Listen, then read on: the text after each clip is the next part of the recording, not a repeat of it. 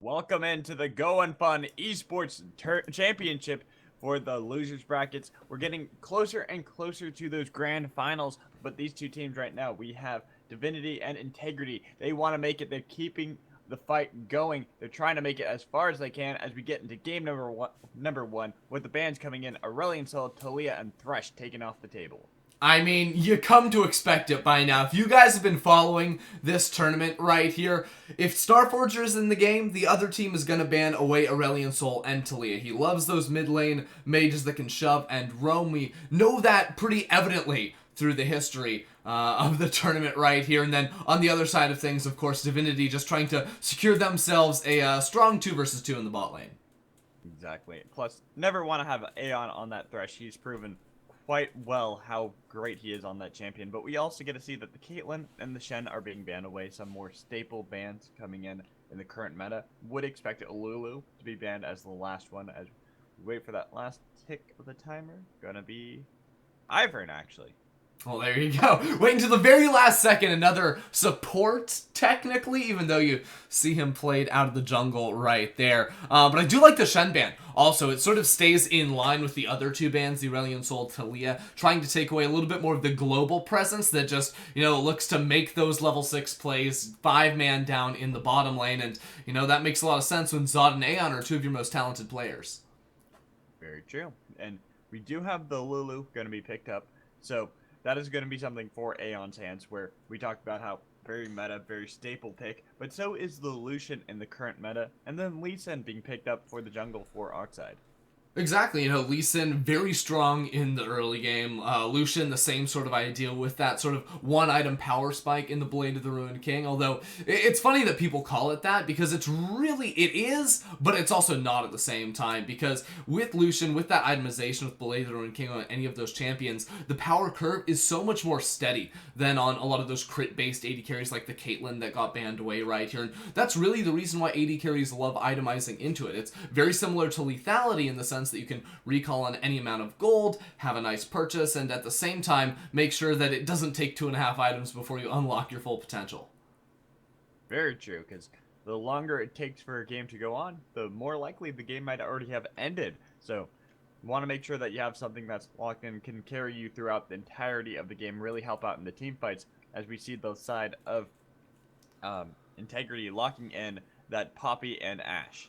Yeah, a fair amount of engage right off the bat here. You're not going to be looking to necessarily win the lane with the Ashe Lulu, but you can definitely shove in, try to, force them to try and CS underneath the turret, do very good things right there, but really they're going to be looking to try and make some plays across the map once they start to get out of the laning phase, use those arrows to really unlock that ability for themselves. But it's always interesting here in Malta seeing that Poppy having such a high priority put onto that champion. It surprises me every single time, but hey, the players make it pay off. Yeah, they do. And definitely showing that they don't really care about the Camille's, they don't really care about the Fioras, they don't really care about those really carry-oriented top laners, even the Rumble.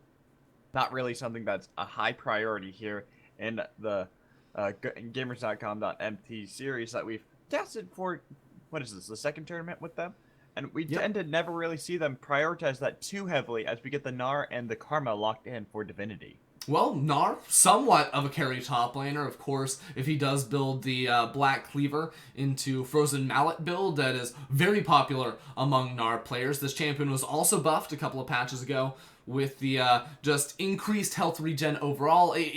Numbers-wise, it was actually even, but because you're in mini form a lot more often than you are in Mega, you're gonna be able to make the most out of that. Gnar's actually always had fairly good matchups against a lot of those top lane tanks like the Poppy, the Nautilus, because once you do get the Black Cleaver, you shred through the armor and, of course, are gonna be a big bully in the laning phase with that range. Very true, very true. But we do get a little bit of a disconnect. So we got to talk a little bit more about what we kind of expect coming in from the teams here. Just with the series in general, where these two teams, they've definitely been working their way back through the losers bracket, trying to make sure that they get as far as they can throughout it. But we have on the flip side, in the winners bracket, we still have Event Horizon and we have Hayes, two of the strongest teams that we have seen in the tournament from here at Malta consistently. They've always been these really strong teams. So do you think that the winner of this game can actually take down the loser of that matchup? I think there's definitely a chance, right? Now that we are in the Final Four right here, it's pretty much all diamond and above players across the board. So no matter what, they're going to be able to put up a fight at the very least. And it is worth noting that the way this tournament is structured, it's going to be very difficult to come back from the loser's bracket, because the winner of this game gets the right to play the loser of the next. And then the winner of that game then will go into the finals against the winner. And of course, the team coming out of the loser's bracket will be put at a 1-game disadvantage, so they have to win 3 games to be crowned our winners, and the winners bracket team only has to win 2. Yeah, that's gonna be very hard, but that makes sense. It's you gotta give the winners who've been doing so good throughout the tournament a little bit of an advantage going into that final matchup. Yeah, as if a team like Event Horizon would ever need something like that magic.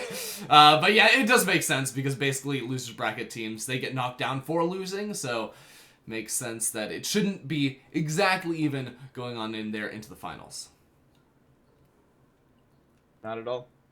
But now we are getting through the bands again. Hopefully everyone just picks quickly so we can rush our way through this, get our way through and into the games, because we want to be able to cast some games. We want to be able to bring some excitement to everyone here at Malta. You do, at least. Maybe I want to go get some more Shut-Eye. Who could possibly know? Don't do it. There you go. Because it's always a struggle with amateur teams. Sometimes they don't understand things perfectly. Like getting into LCS order can sometimes be very, very hard. When you have a Dodge Up Champ Select, you're supposed to pick the same champions. And if they didn't, then we'd have another pause, another dodge, and it would be a mess. So you guys are glad that we didn't have that happen right there. Don't jinx anything, Ender, please. I'm knocking on wood. So it might be a little too late. Actually, you want to know a fun little... Yeah, what did I say? What did I say, Ender? I am looking at you right now. What did I say? Oh no. What happened? Wait. This is so confusing. You can't do this. Are we just changing pick ban? Was the Poppy... Maybe Poppy was just a placeholder? I guess we have to go on that assumption? Yeah, for now we're going to go with that, as well as... Although, technically, if you are interested in all of this, if you use a placeholder, you dodge after the end of Champ Select, because there might be another placeholder that you might need to use. Yeah, but we do see, I think, the Poppy still coming into effect. So possibly was the fact that they wanted to grab that Hecarim already at the beginning of the Champion Select. So that's why they're not actually remaking. I don't know. I'm lost. Nautilus? Same with the Nautilus then. Yeah, Nautilus should have been an art. Unless we see a mid lane Nautilus, AP Nautilus. You could say mid lane Karma support Nautilus, and I could actually buy that, but you just lost all credibility as usual. Mid lane Nautilus, come on. You know, it sounds great. It's actually been played by, I want to say, Rookie in China. Someone's played it in China before, yeah. Boom. As like a counter pick to some of those mages. See, it's not as troll as I once thought it was. Not AP Nautilus. Tank Nautilus. No, still 8 tank? Yeah. Man, he disappoints me. Anyways, League of Legends. We are about to have a change up of everything. Until we hear production yell at us say, no, we're remaking because they messed up. We're going to go with the assumption that this is correct. That we have top lane Nautilus going into the Poppy. Mid lane's going to be Ahri versus Syndra. Jungle matchup's going to be Hecarim versus Lee Sin. Bot lane, Ashe, Lucian, Lulu, Karma. And definitely going to be an interesting one to track right here, specifically in the mid Starforger versus Shadow, both on two pretty hyper-aggressive champions right here. And honestly, if I was Starforger, I'd probably like to take a cleanse in a game like this when you're worrying about so many CC sources jumping onto your face. The Ahri Charm also can drop the Ignite as well, but Teleport, at the very least, is going to be very strange, even though I'd say that it sort of fits into a style of make plays around the map and be happy. Yeah, so maybe that's how he wants to play it. It's kind of like when we saw old LeBlanc take Teleport, how people kind of were like, wait, why is she taking Teleport? She should be taking Ignite. But then it ended up working out a little bit more because she liked that roam pressure. There it is. It's going to be that. New LeBlanc takes Teleport too, if you were wondering. Yeah, that one's more standard, though.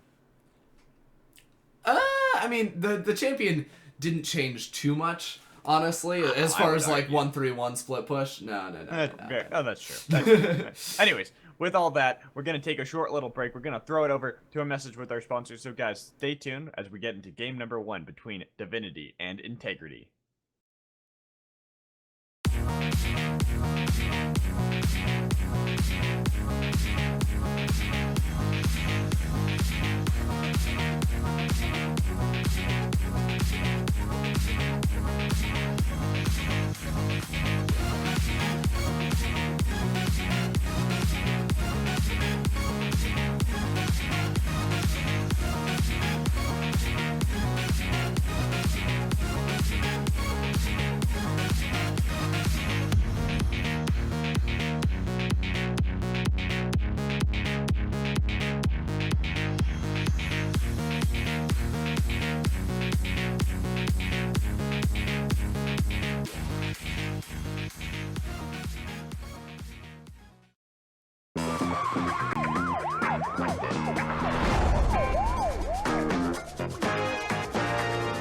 Hey, officers, what's going on? We're in the middle of an epic car chase. Is that why you're moving in slow motion? Epic car chases are always done in slow motion. That's a bit cliche.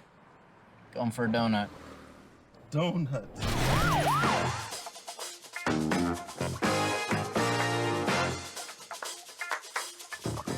Smart.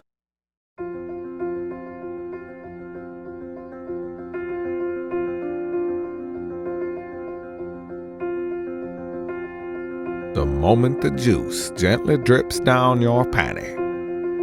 When your taste buds meet real wholesome meat, that's when you know you're in a point of no return. You realize you're lost in the pleasures only a true meal can offer. You're lost, but you sure as hell don't want to be found. Hugo's Burger Bar. Let's burger like never before.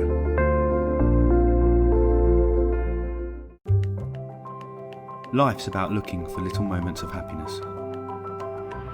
Moments when we come out of the cold and into the welcoming warmth.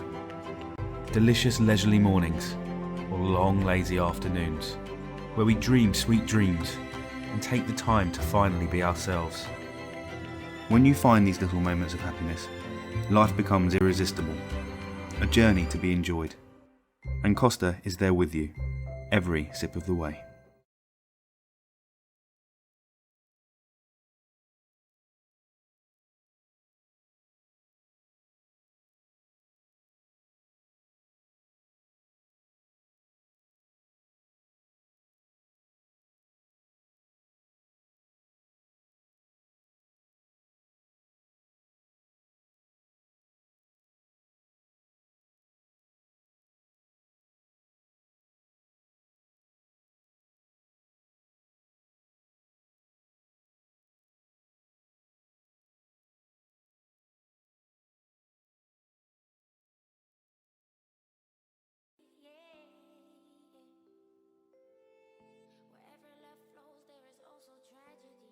When we're in too deep, and you and I, we got history.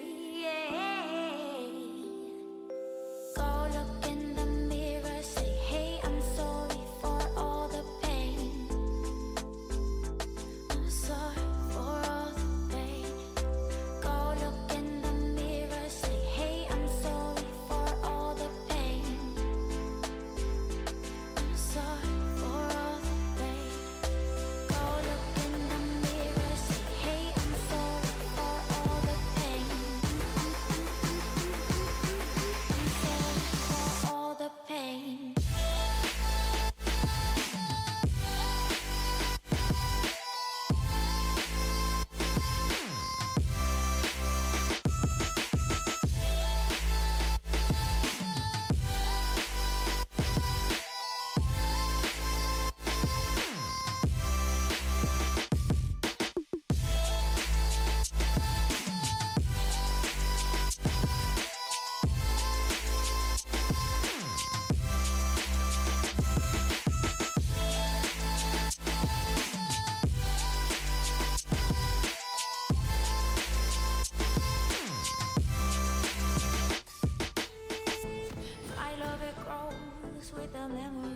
like a symphony.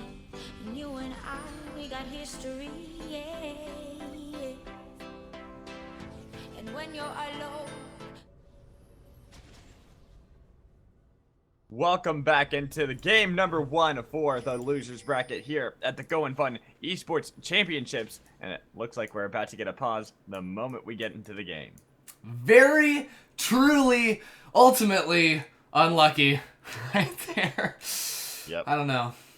Feels bad, man. One of those things. Yeah, it feels bad, man. It's one of those things. We're waiting, biding our time. They're just like, okay, we're gonna wait, make sure that there's no pause. And of course, right as we start, what happens? Pause.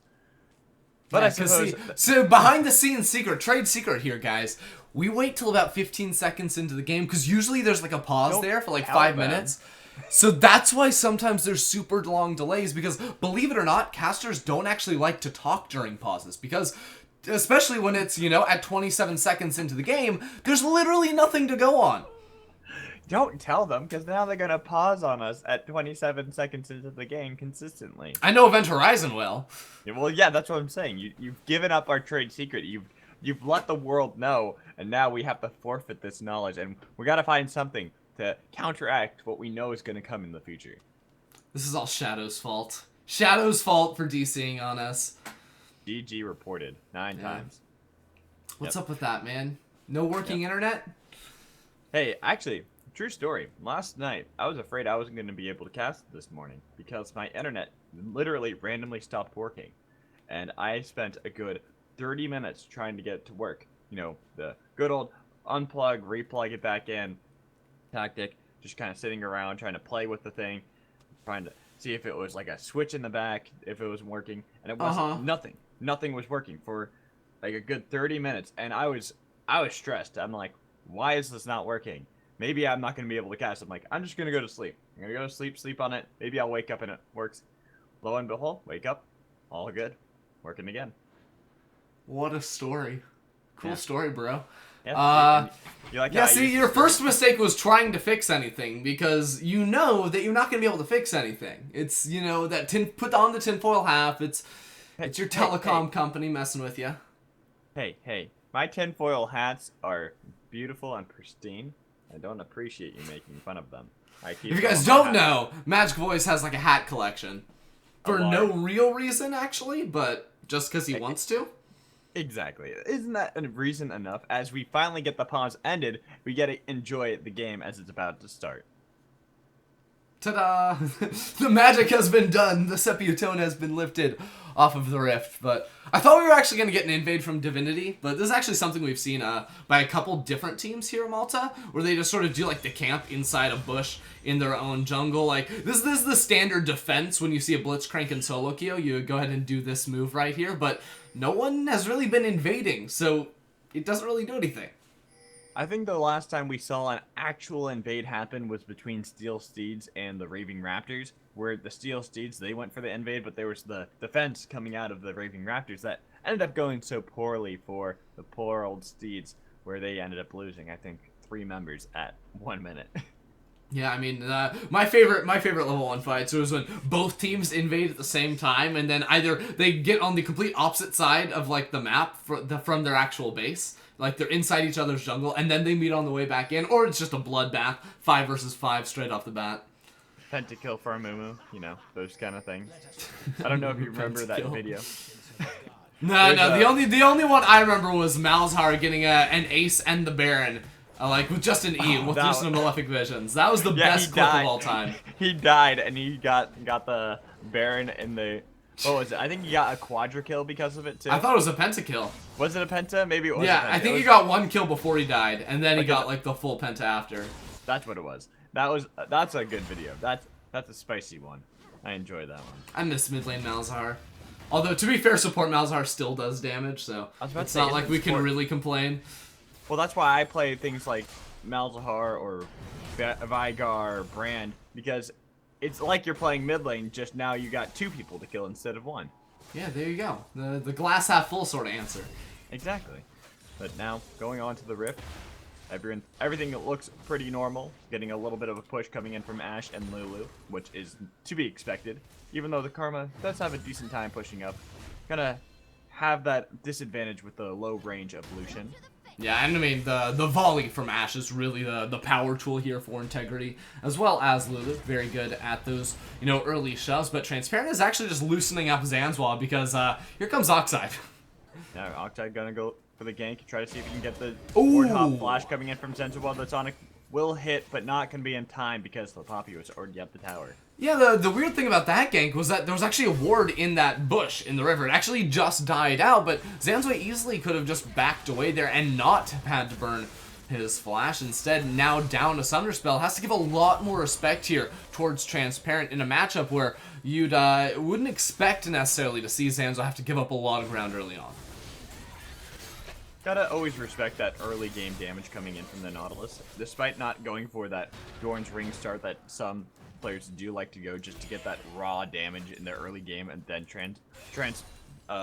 have Transparent kind of translate into a tank later on in the game. The Corrupting Pot really will help him bully around the Poppy for now until he can get a really good push going in, especially when Zanzua goes a little too far and gets hooked under tower. I mean, it's just interesting that Zanzua's continuing to shove, and I think that's a choice here by Transparent not to use the E too frequently to make sure Zanzua stays pressed up aggressively here in this lane without the Summoner Spell, because you'll notice Oxide didn't, you know, gank top lane and then immediately start pathing down again. No. He's still around on this side of the map, and Zanzua only is level 3. And Zanzua didn't use that steadfast presence quickly enough in order to stop the dredge line coming in. Oxide gonna show into the top lane, but a little too late because Zanzua was already safe to the tower. Yeah, that was pretty poorly played, I think, by Transparent. He actually flashed at the end right there. We spotted that one out on our mini-map, but Oxide wasn't in the area immediately. He was running through the Tri-Brush, and Transparent tried to force that just a little bit too hard right there, and probably should have been able to find himself a first blood. And what that's going to be able to do, now that Oxide has shown twice on this top side of the map, is Van Cleef, if he wanted to, could go ahead and look for an invade, because he should know that both of those camps, the Krugs and the Wolves, are up. But right now, gonna actually just return to base, try to see if he can get himself more of those components for that Triforce that usually Heckrums like to go for really quickly. Gonna see a couple backs across the board. We even get to see that Transparent, he went back, got himself a Dark Seal and a Doran's Ring. Kind of surprised to see the Doran's Ring on the Nautilus, but I guess the increased healing from the Corrupting Pots will help him out just a touch in this matchup. Really wants to be able to bully around that Poppy. Yeah, I mean, it's not absurd right here. I mean, this is a champion where a lot of even pro players will recall and build 3 Doran's Rings just to make sure that their laning phase is still incredibly good, because early on, those items are super efficient and just can mean that you shove out the lane endlessly. But, of course, starting with the Corrupting Potion this time around, I do think it is a good choice if you still want to go for that early offense to pick yourself up a Dark Seal just to make those potions a little bit more effective and still have that added damage that you'd get out of a Doran's Ring. Well, it's interesting that then we see Zanzua. He actually goes for the Null Magic Mantle and for the Ruby Crystal, kind of seeming like he just knew. He saw Transparent go in the top lane, having backed before, and just like, okay, I see that you're building already for that little bit of AP. Why don't I go for MR? Aeon, getting a little too far out, getting caught out, rooted down into the ground. Ignite is burning on enemy. First blood for Ventus, with Shadow showing up, getting the kill. The Charm going to connect onto Raj. He'll be the next one. Zod going to pick that one up. Yeah, that's pretty unfortunate right there. At first glance, it looks like Divinity, wow, they just picked off Aeon, but you'll notice that Ventus never recalled. They were sitting in that bush trying to pick off Aeon, so he only had a longsword compared to the Bilgewater Cutlass of Zod, not to mention that he flashed forward to make sure 100% he got the kill right there, and that meant there was no way to escape. Shadow was in the area to secure a kill and an assist right there, and that means that Integrity are going to be feeling pretty confident about that trade. And getting that roam to be successful for Shadow, while normally Starforger is the one who likes to go for the roams, I think is one of the biggest things that Starforger's been locked into this lane, because low mobility on that Syndra, coupled with the fact that this Ahri is constantly able to just keep up a good shove into the Syndra, is going to allow for Starforger to have to play a far different role than he's used to. Yeah, Oxide actually getting a little aggressive, and because they know that Aeon isn't in the area, they can just force Zod straight there underneath the turret. That's one of, again, the great parts about the Bilgewater Cutlass. It's point-and-click CC that you can just look for the all-ins with. Very true. Allows Ventus to be able to go really ham onto that Ashe, especially the fact that the heal is no longer available. The flash still is. Ashe never flashed away in that engage. But now we have a teleport coming up behind from him. Yeah, that arrow not going to connect, but that is going to be the heroic charge onto Ventus. Going to allow not for him to be able to escape. Going to hit him up. Look for the kill. Ashe going to pick that one up. Zod's going to try to see if they can get one more onto Ventus. Flash forward. Double kill for Zod. Yeah, really nicely done right there. They knew Ventus had no summoner spells available. They got that very deep ward in the lane, and now with the pings on towards the Drake, they're trying to catapult that into even larger of an advantage. Transparent didn't have the teleport to follow up right there. Oxide wasn't quite in the area, and Integrity are looking very, very good here just at the 8-minute mark. If I recall, Transparent actually wanted to teleport down into that bot lane play a couple minutes ago, but canceled it because they realized that it wasn't actually going to be that effective for him. Yeah, it was actually Zanzwa who canceled his teleport. So even going back a couple of minutes, that was a great play by Zanzwa just to set up that engage down there in the bot lane.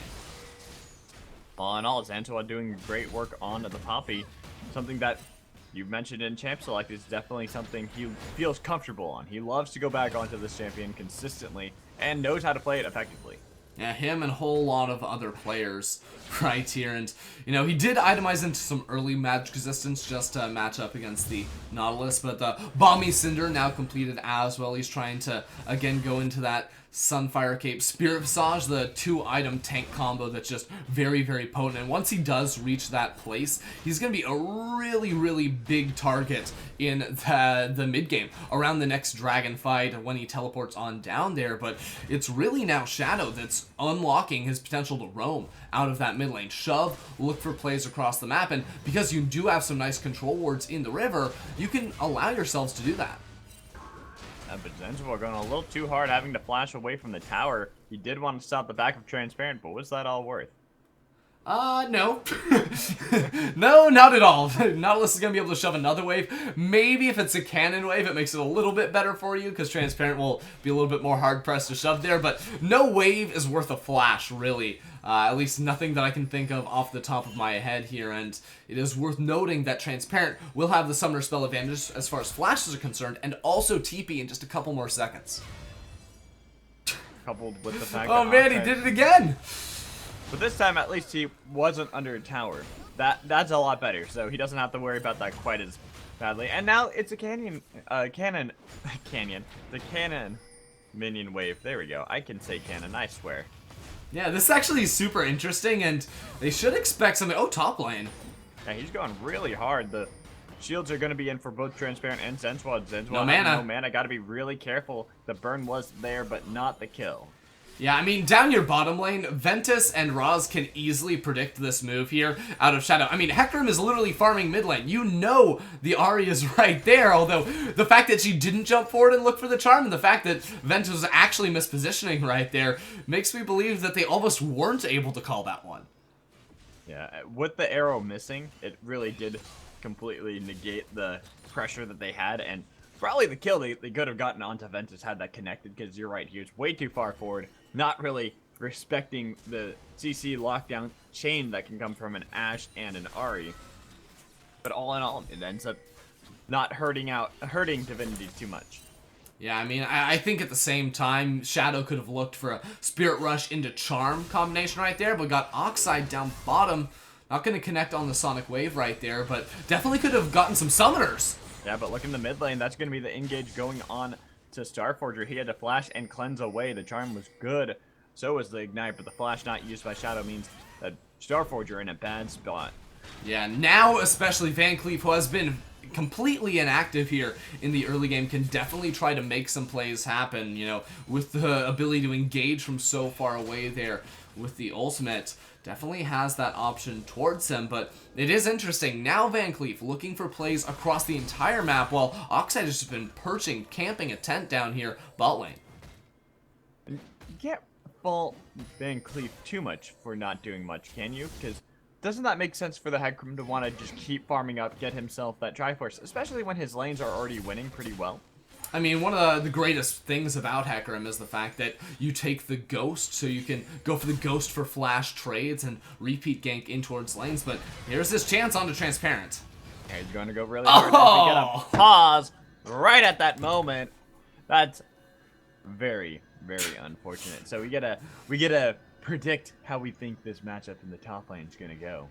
Well, what's going to happen is this dredge line that is shooting out from Transparent. I actually have to, I'm sorry, I have to turn off game sounds right now because it is brutal. Those have to go. Those have to go. I have things a lot less for that reason.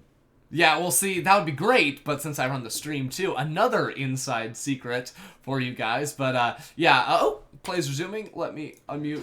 Oh.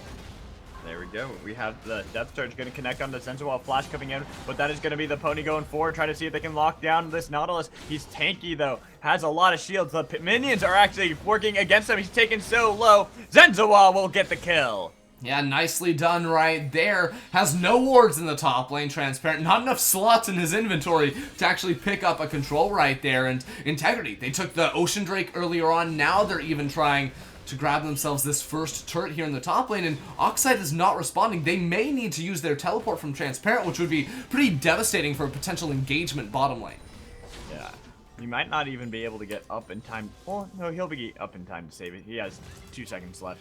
So if he teleports up, you're right, completely making it so that there's no possible pressure from that Nautilus across the map, which is kind of why you pick that pick. Exactly. Oxide once more trying down there in the bot lane. Gonna land the Sonic onto Aeon. Flash coming in from the Lulu. He's gonna be safe for now. Teleport from Sentinel. There's no teleport from Transparent. We just talked about that. Sentinel wants to get the heroic charge onto someone. Goes onto Raw. Gonna lock him up with a hammer shock, but not actually gonna be able to pick up the kill. Aeon going a little bit far forward, having used Wild Growth on himself to keep him alive. Lulu staying alive, but so is the rest of Divinity. Yeah, a lot of summoner spells blown right here. I think the winner will be determined by the turret game right now. Mid lane. Oh no! Or the mid lane. With Van Cleef going down, that was just him getting hit up by the Scatter the Weak into that Unleashed Power. Gotta respect the damage that Syndra can do. Absolutely, and all this time, top lane Transparent has been getting work done on that top outer tower. We still don't have a recall coming through from Zanzua. They're trying to force down this one in the bot lane, but it's 3 versus 3. It's still going to be a very hard task to complete. But they're going to go in with Zanzua going really deep. He wants to get onto Raj. Raj taking so low. The Buckler going to pick it up. Oxide going to be the next one. Hammer Shot gets him a double kill for the Poppy. Zanzua going to be able to run away with the first tower for his team. Oh boy, right there. They stuck around a little bit too long. There was actually the potential for Starforger to try and rotate on down there into the bottom lane, make something happen for themselves. And look at that. Everything spawning at the exact time you'd want it to. They get the first turret, get a couple of kills, and then can immediately turn straight around for that Infernal Drake. So having 2 of the neutral objectives claimed for the side of Integrity, going to give them that much more of a spike coming into this mid game. 15 minutes into the game, they already are starting to carve out a 2,000 gold lead. Yeah, and we got another Infernal coming on up in just 6 minutes. So if they can continue to have this pressure, and with this composition that's sort of built here for the early to mid game, they can dominate control around this bottom side jungle, around that buff spawns. They're going to be looking really, really good here the later we get. And something I actually even want to mention about that whole bot lane engage that we saw is that both Ventus and Zod hadn't backed in the longest time. And actually, Shadow's going to go really far. Got to be careful. Spirit Rush will keep him safe, but he's kind of locked out. There we go. Okay, so I can go back to the point I was going to make. They were both sitting on gold. They were both at about 2,000 gold each, which meant a lot of the damage that they had wasn't really useful because they didn't actually buy the items that would have maybe swung the fight for one side or the other. Yeah, I mean, Ventus still has 3,000 in his pocket right now, so should be able to go back and spend that for himself, get himself Blade of the Ruined King, Zeal, start working on, maybe if he wants to go into the Black Cleaver as a second item, that could definitely be a good option for him, because he knows even though Van Cleef isn't all too tanky just yet, Zanzua is, and that Hecarim should be building in some more tanky stats very shortly. Right, but my question to you, Ender, is what had Ventus backed earlier? Had he spent the gold that he was sitting on for so long for whatever reason, wouldn't that have really helped out his team in the fight? Oh boy.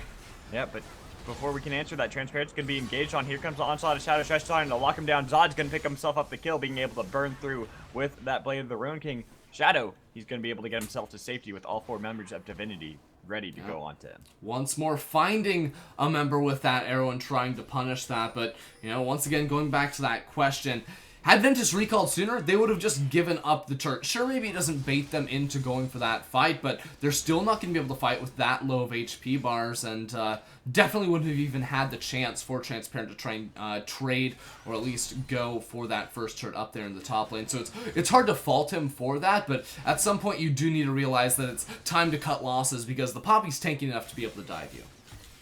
Exactly, and then they lost 2 kills. They lost the Infernal Drake. They lost now 2 towers total across the map. Really just snowballing out of control for the side of Divinity.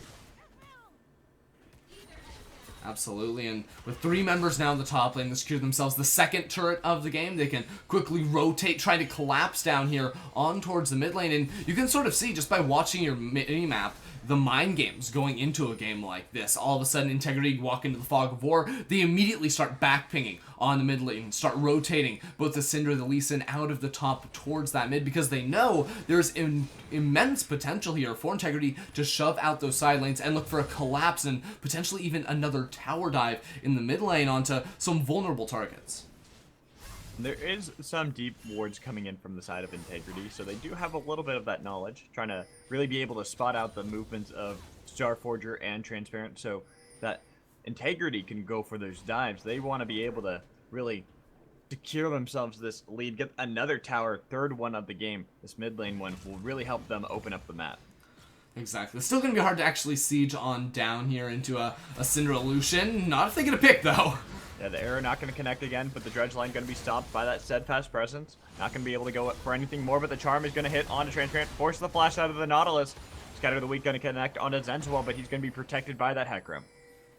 Nicely done right there. When the arrow doesn't connect, when the charms aren't really connecting onto the priority targets, it's very hard for Integrity here to actually secure themselves a kill, but they don't have to worry necessarily about getting that turret in the mid lane. Yes, you really, really do want that, but that's not their primary objective. The next dragon is, so they just need to continue this shove and dominate here in the pressure game.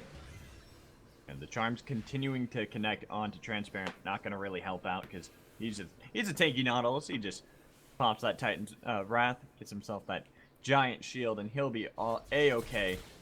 But as opposed to everything else, the wards are starting to time out for both sides. So the ward game might need to be picked up a little bit more so that they can really try to secure themselves this next objective that's coming in about a minute and 15. They're going to be a second Infernal Drake.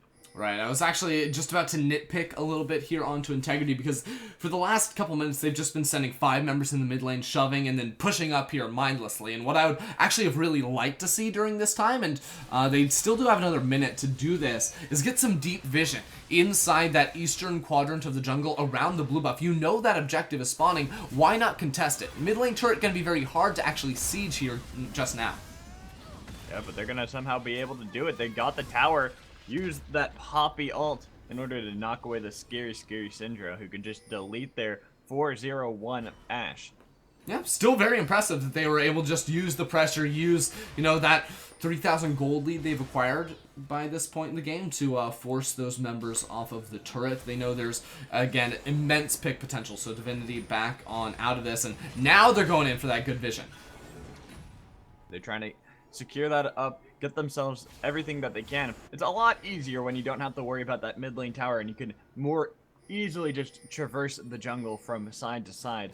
The side of Divinity, they have to be careful because they're a lot less safe now. Yeah, what they did lose, though, was that mid lane priority by sending a lot of their members in towards the blue buff, and because they had to go pick up that wave, now they've been forced here out of the river. They're looking for fight! Yeah, they're looking for it. They got Ventus. They're locking him down, gonna get the kill. The arrow gonna connect on a Starforger. They're gonna try to see if they can secure it. The flash coming in. Oxide gonna be the next target. He's taken really low. He flashes back in. They get the kill for Shadow, but Shadow's gonna get onto by the Nautilus. The Nautilus not able to pick up the kill. They got the kill on the Starforger. There goes Transparent. Unstoppable for Zod. Raw's gonna be the next one. Van Cleef trying to jump right onto him, but he's back to the tower. So that's gonna be the dragon. Yeah, once more, they've still got the advantage. Even though they gave up the river control, that just baited Divinity in, thinking they could somehow try to contest that territory and integrity. They know because they have a minion wave here, there's still 17, 18 seconds on a couple members, they can get this turret and then go back for the Drake for the maximum net gain.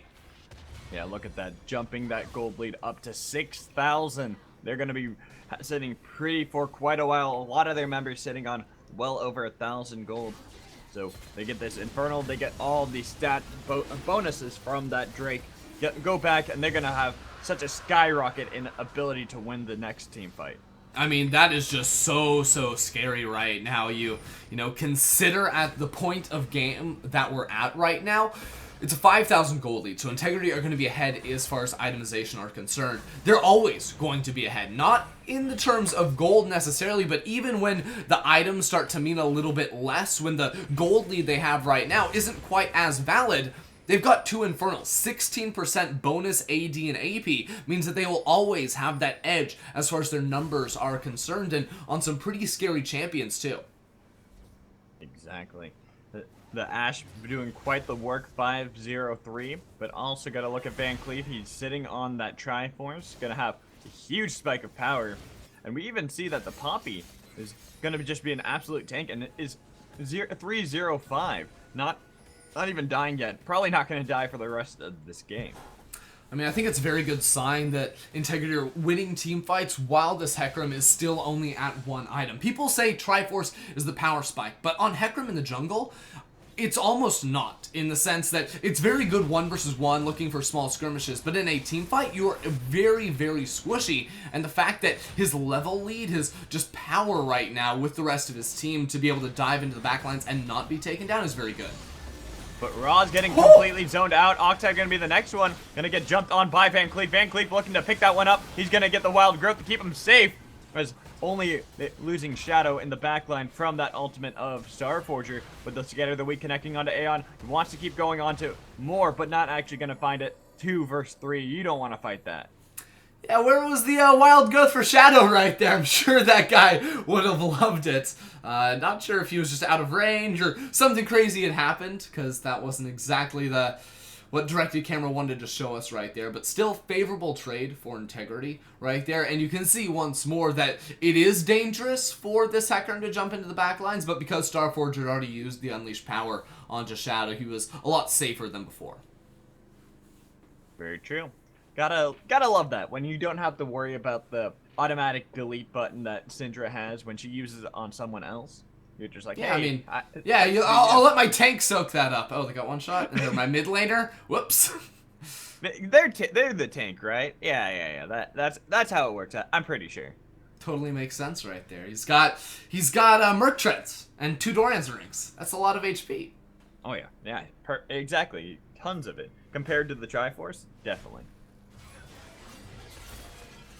But now, everything is kind of slowing down just a little bit as we see the side of Integrity. They're going to want to try to get control of the map, really look for the Baron pressure, because 24 minutes into the game, quite the lead in their pockets. They need to start seeing if they want to secure that next objective. Yeah, not even that, but compositionally too, Integrity can play around the Baron so incredibly well with all of that pick potential. If they maintain the vision denial around there, like we're seeing already, 3 control wards in that area, even though they don't have any more in their pockets, they have 3 sweepers, and you gotta be scared here if you're Raws walking forward into the Fog of War, because the rest of Integrity and Arrow could be anywhere. Exactly, that's why you see him with Oxide trying to protect him, but it hasn't proved to be enough. Anytime he walks out with his whole team, he gets caught out. 1 charm connects, 1 arrow connects onto that poor Karma, and he's dead meat. Yeah, it's definitely very scary. I think the biggest benefit Divinity have is the fact that they are playing on the red side. It's so much easier to actually secure yourselves vision around this Baron just by plopping a ward over the wall rather than trying to run straight on through that entire course of the river. And that's probably why Integrity are a little bit less confident to go over towards that objective, but Transparent could be caught. Yeah, took a little bit too much damage. Wasn't able to get that shield up quick enough. Oxide on the other side gonna get it caught off by Zanzibar. With the pathing and the placement right now for their jungler. Got to be careful if you're Oxide, because he's not tanky either. Yeah, I mean, this is something we saw with Integrity earlier when the Drake was about to be spawning. The fact that they're not actually looking for control inside the jungle. They're just sort of A-ramming it down the mid lane, and that shows a pretty severe lack of depth in their macro play right here. The fact that they only are really trying to look for the team fight or siege down the turret rather than trying to play around vision and play around the objective game. Very true. You need to make sure that you're constantly putting the pressure on using that gold lead to your fullest advantage, especially like you mentioned with a really good objective controlling team comp such that has been drafted by Divinity. They really do have that pressure, but it does seem that they might be doing that now. They have sent bot lane Zenzula to just try to push that in. He does have teleport available, same with Transparent, so having that advantage could really make the next fight go in their favor. I mean, the biggest issue right now is that the control ward doesn't actually clear that ward in the back of the pit. So Divinity aren't really scared at all. They know if that objective is going to be started up. And when they see Zod show in the top lane, they know there's not an Ash Arrow that's going to be able to pick them off or anything along those lines. So they're going to be content now, even against those two Infernals, just to try and scale up a little bit more, get some items underneath their belt, because if Integrity aren't picking them off and actively searching for ways to extend their lead, Divinity are going to be alright with that. Very true. And the later the game goes, the more that gold lead that has been created by Integrity actually means less. They're not going to be able to do quite as much, because it's going to be it's the returns, the diminishing returns as you get further into the game. The equalization of the gold starts to get less and less as you get more and more gold for each team. Right. The whole idea with that is that, you know, one or two items to one between players is going to be a lot more impactful than, say, 3 items to 2. Just because of how relevant it is at that point in the game right here. But now Integrity doing very good things. I like that they've changed their focus up a little bit, put this Poppy in a side lane, stolen away both buffs, mind you, from Divinity, so really slashing one source of income from this team is going to enable them to ride this wave of pressure on for a couple more minutes. But Transparent roaming up, he wants to look for a pick onto somebody. Dredgeline not going to connect. Allows Zenzua in the mid lane to get a little bit of chip damage onto that tier 2. And Integrity falling back here towards the Baron. Again, this ward doesn't cover the entire pit, so if Divinity go ahead and drop one down, they're going to be A-okay. And I'm almost a little bit disappointed Divinity not putting too much pressure down. They're not camping in a bush like one that Divinity just walked on through. Could have potentially found themselves a pick, but they're playing a little bit more reserved because, of course, there's another neutral objective on up now.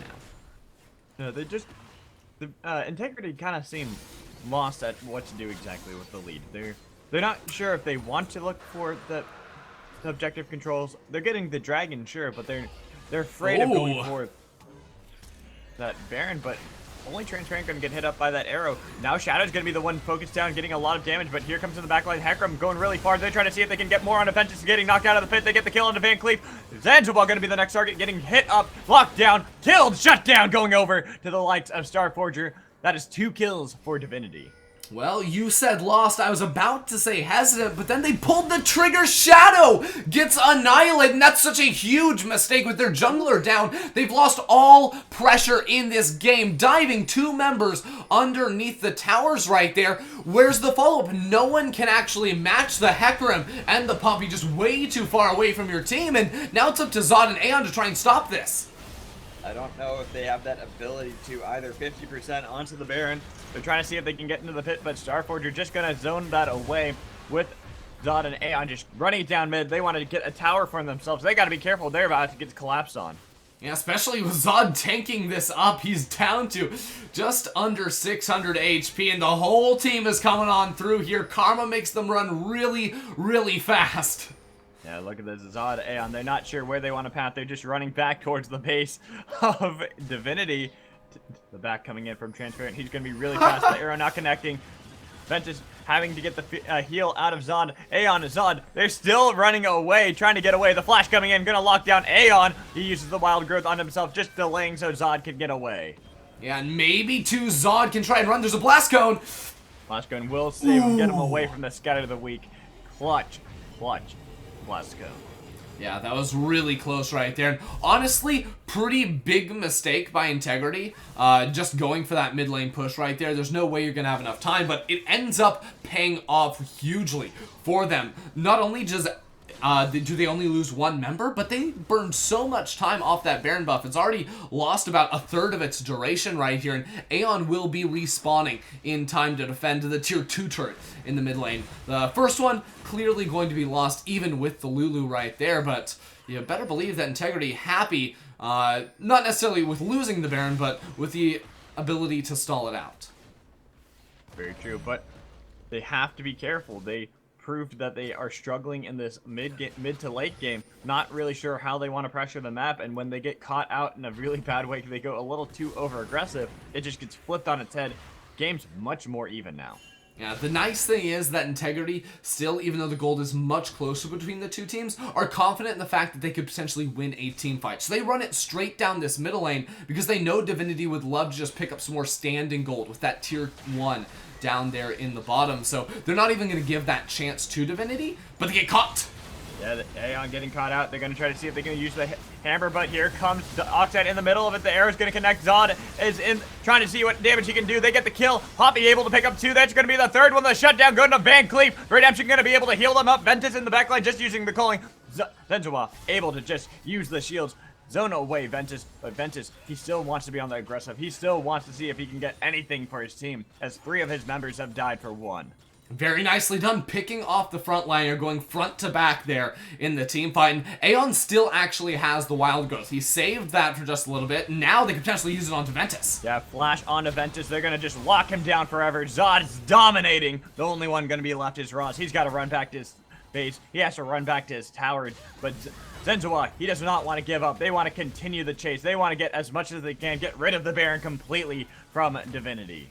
Yeah, they're going for this tower here in the mid lane. Death timer is very short. Oxide is up, Transparent and Starforger will be very soon as well, and looks like they won't be able to stick around very much right here, but Oxide, I'm not sure if he wants to take that.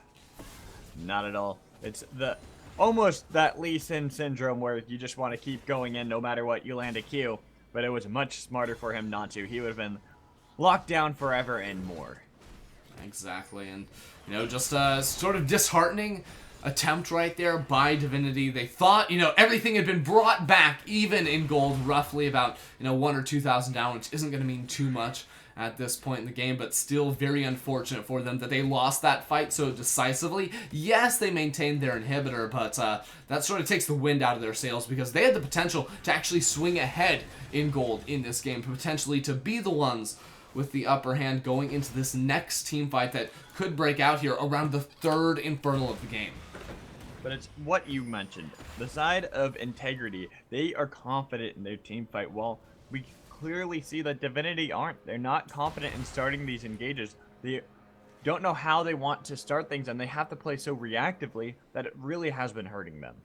Yeah, I mean, their composition doesn't have a lot of playmaking opportunities, right? Oxide, maybe he goes for an insect into the backlines, but versus Poppy, Lulu, Ashe, you're not going to be able to make a play like that. So Transparent sort of just has to try and soak up a lot of the damage, which right now, sure, he might be tanky, but it's clearly not been enough to survive in a lot of these last team fights, and I think the best engage they're probably going to be able to get is if they catch Integrity sort of clustered up around this dragon pit.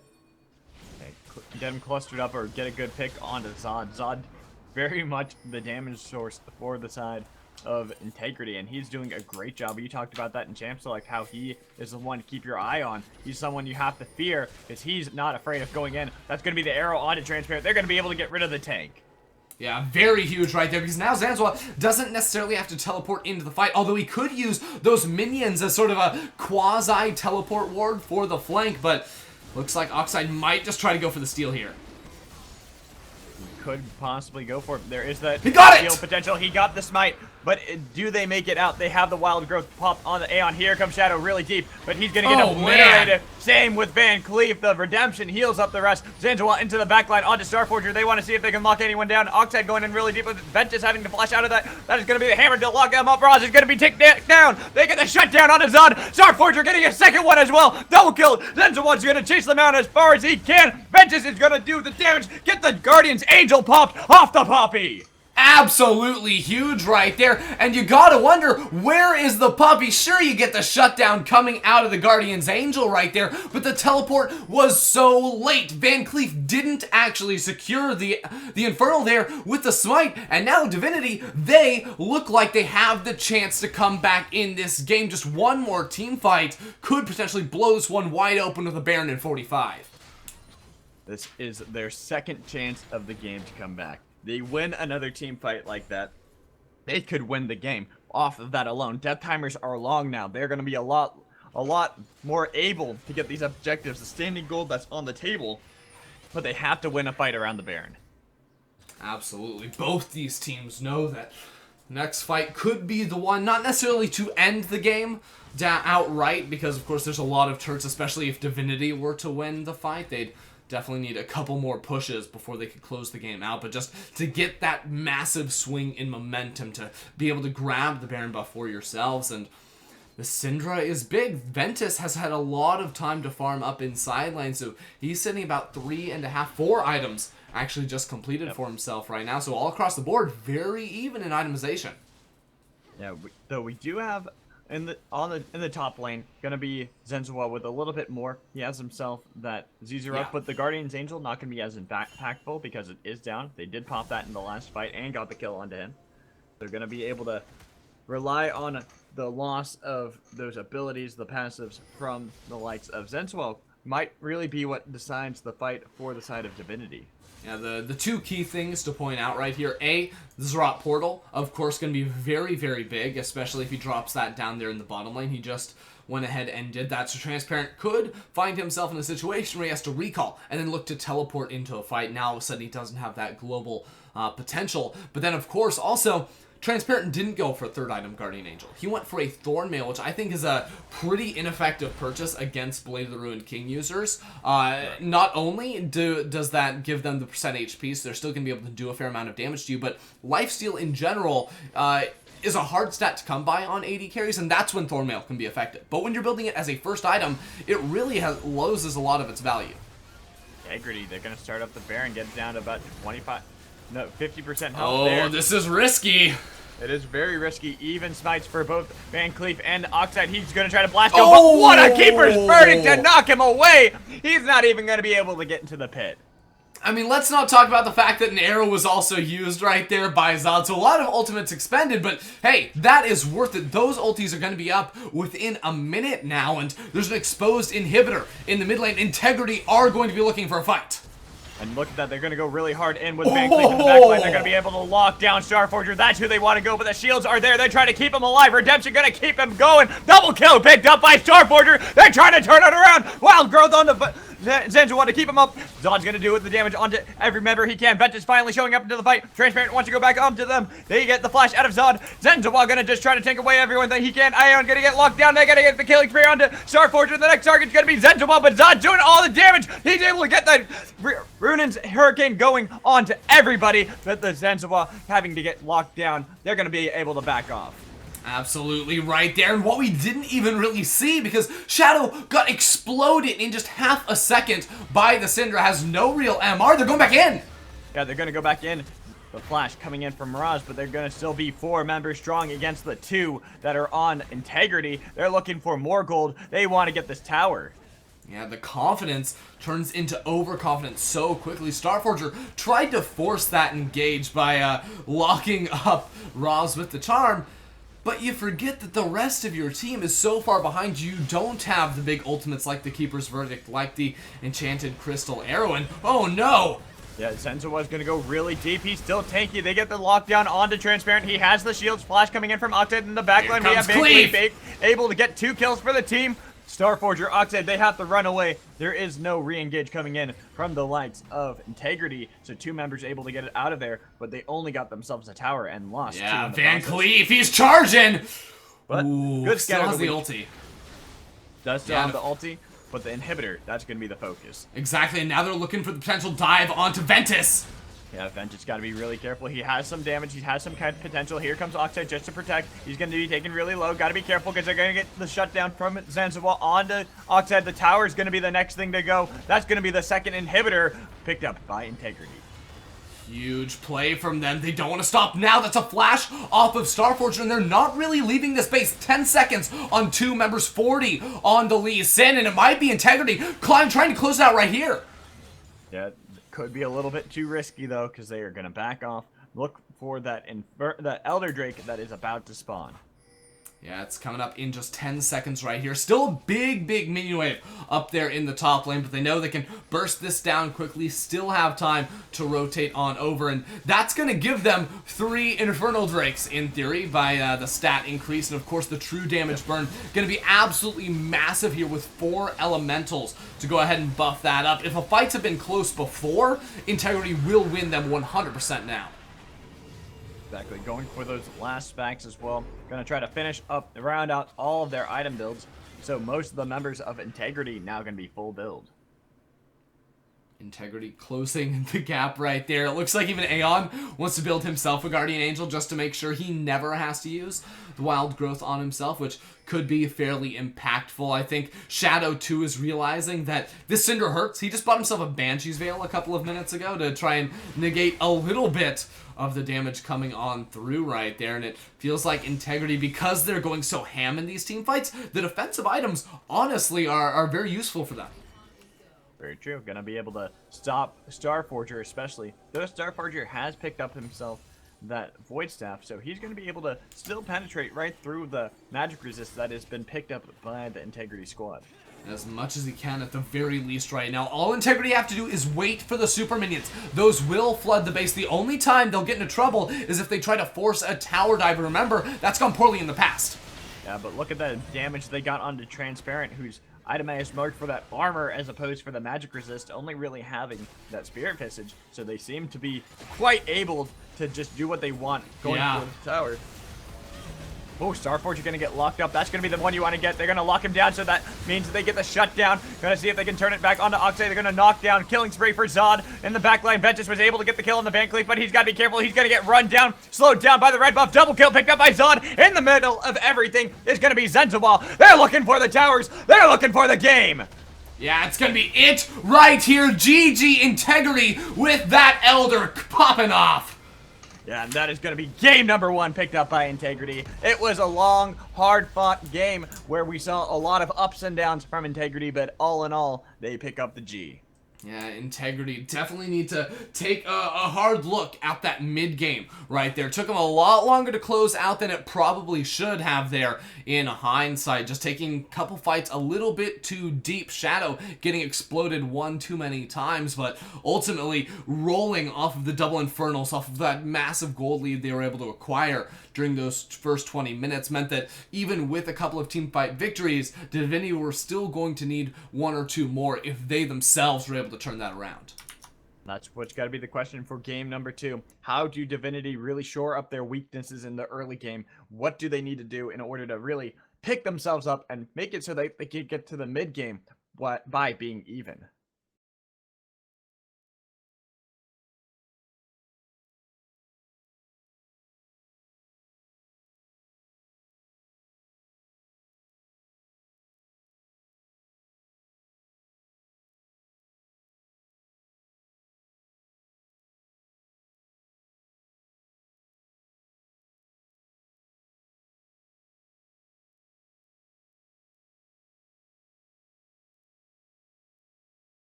Very true. So we're going to see exactly if Divinity, if they can come back, if they can gain control of the map in the early game, not allow the globals to really get them down. But we're going to take a quick little break. So guys, don't go anywhere.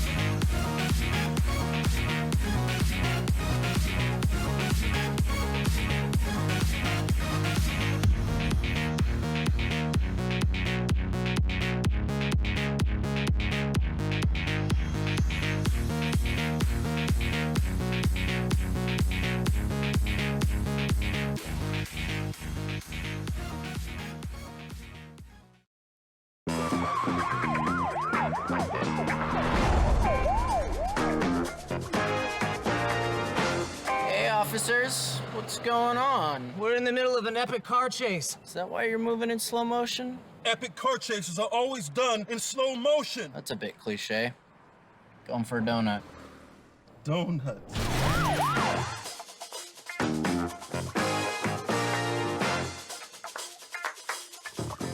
Smart.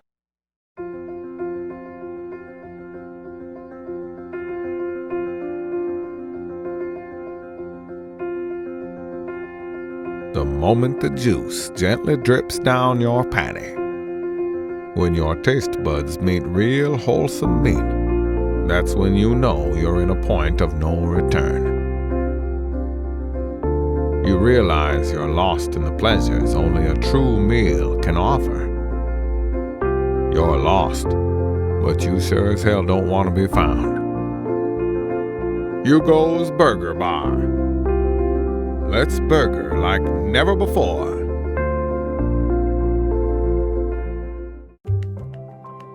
Life's about looking for little moments of happiness. Moments when we come out of the cold and into the welcoming warmth. Delicious leisurely mornings or long lazy afternoons where we dream sweet dreams and take the time to finally be ourselves. When you find these little moments of happiness, life becomes irresistible, a journey to be enjoyed. And Costa is there with you, every sip of the way.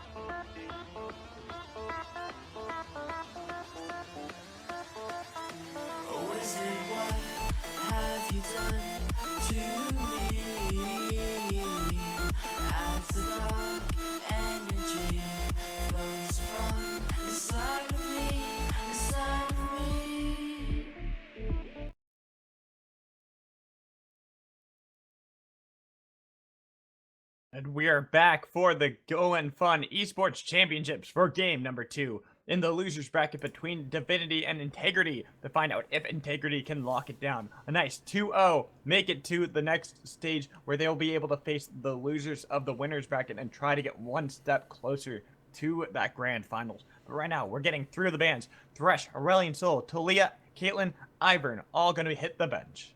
And Divinity, their backs here are against the wall. Lose one more game in either of these next two and you are out. You have no chance to even make it to the finals coming up this Saturday. So definitely going to be trying to pull something out right here, even keeping the draft exactly the same as far as the bans are concerned. Maybe they switch up something. They've got to find some way to get an early advantage, I feel, going up against this Integrity lineup.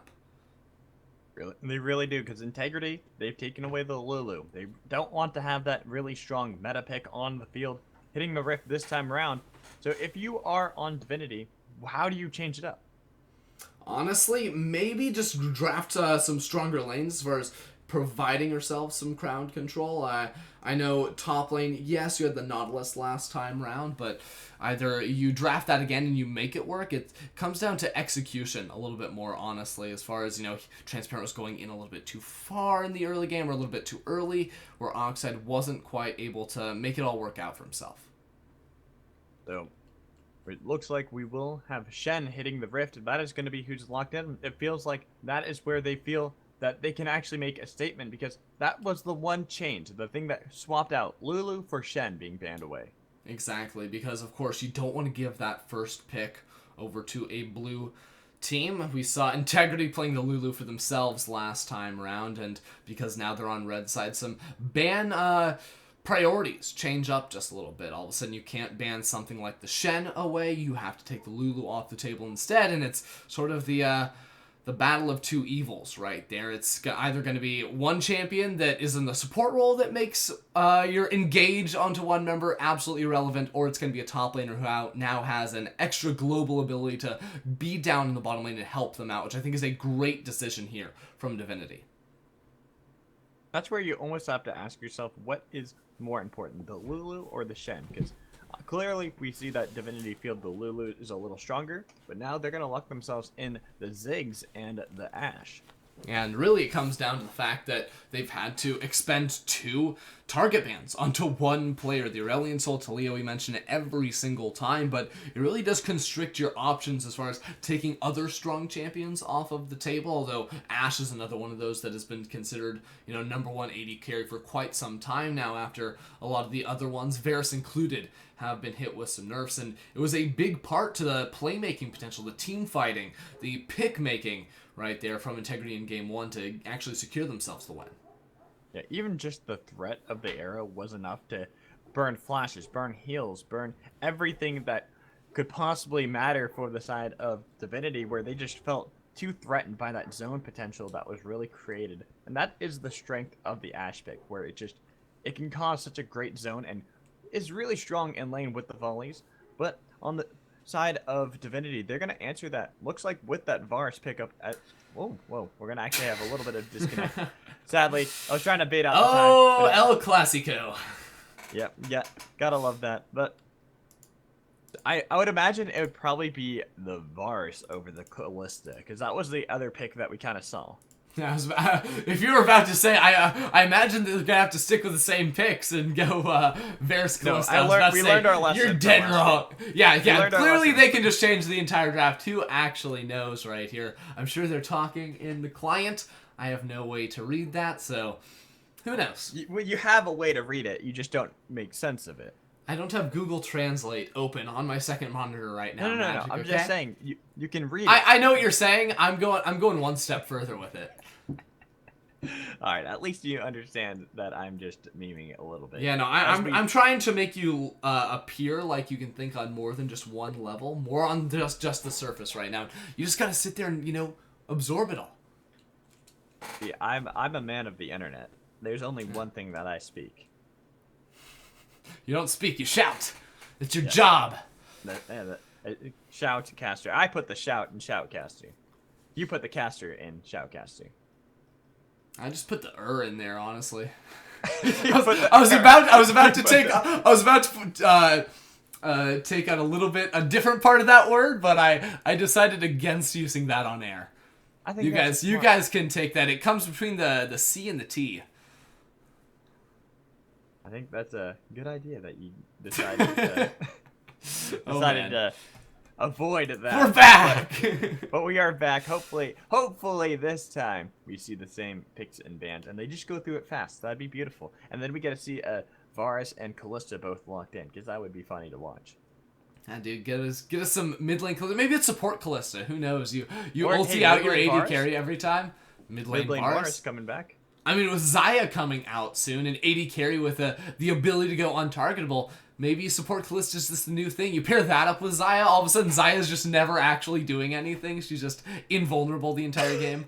You're just like, I don't want you to ever get touched. You're my She's just precious flying little around the angel. map. That's my favorite thing about Xayah's ultimate, is that you actually get to like move when you're casting it. Yeah, so that is true. it feels that very is cool. good, very satisfying, as someone who That's tested kinda- it. Well, see, something that actually would be really cool is Callista with Rakan, because you just throw him in, then he uses his ultimate, and then he taunts everyone right there. I mean, it's That's less of cool. like taunting everyone back because it doesn't last super long, but as far as like engaging and then like pulling someone out, like sending Right. in an All-Star to engage and then wrapping them out, or a Thresh, something like that, I see where you're going.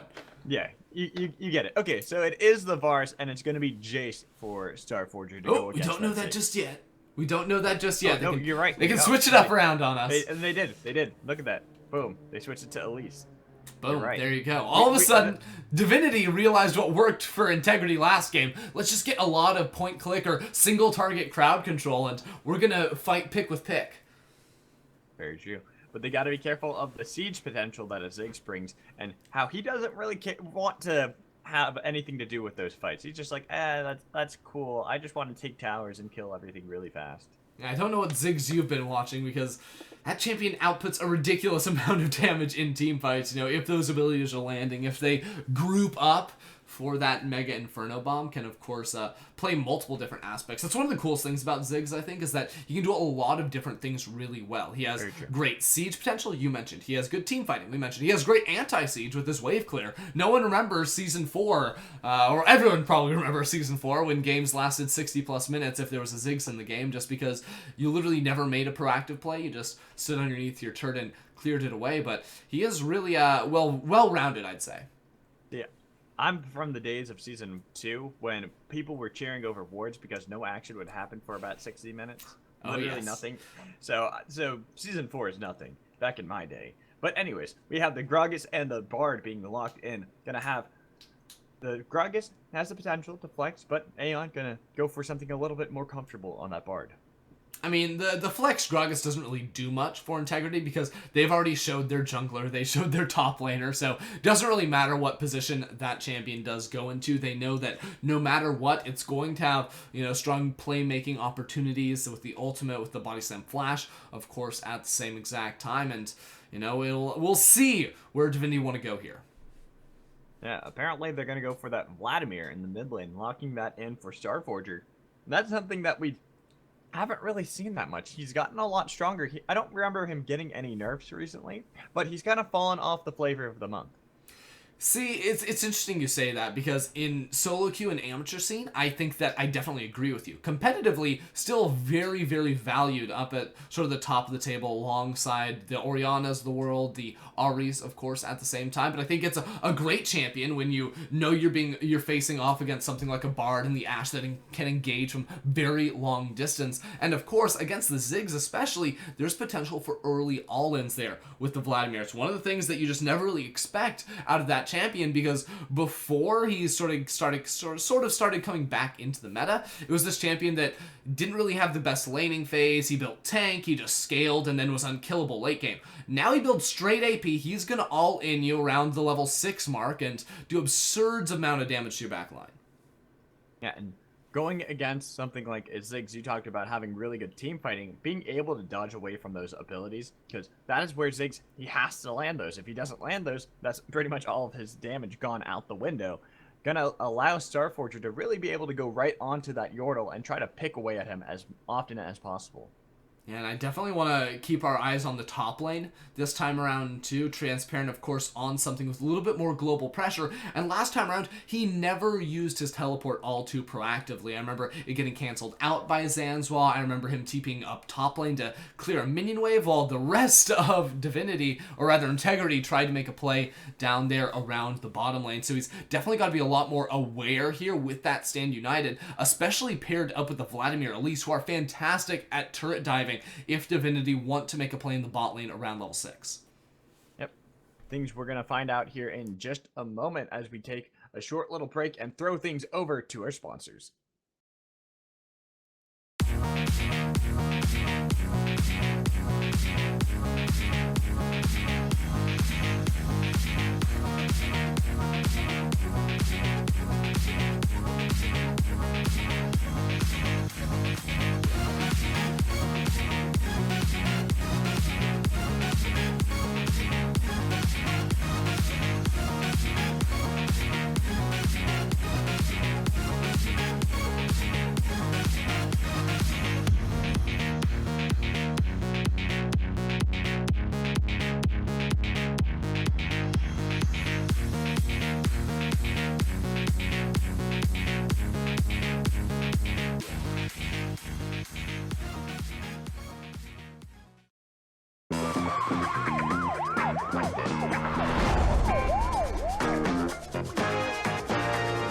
Hey, officers, what's going on? We're in the middle of an epic car chase. Is that why you're moving in slow motion? Epic car chases are always done in slow motion. That's a bit cliche.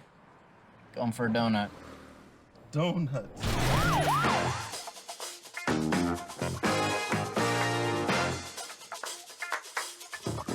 Smart.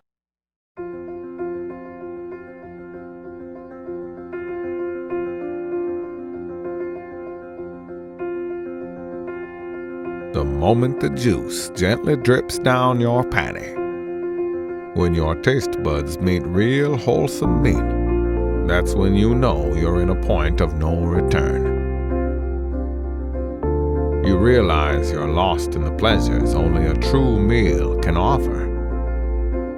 You're lost, but you sure as hell don't want to be found. Hugo's Burger Bar. Let's burger like never before.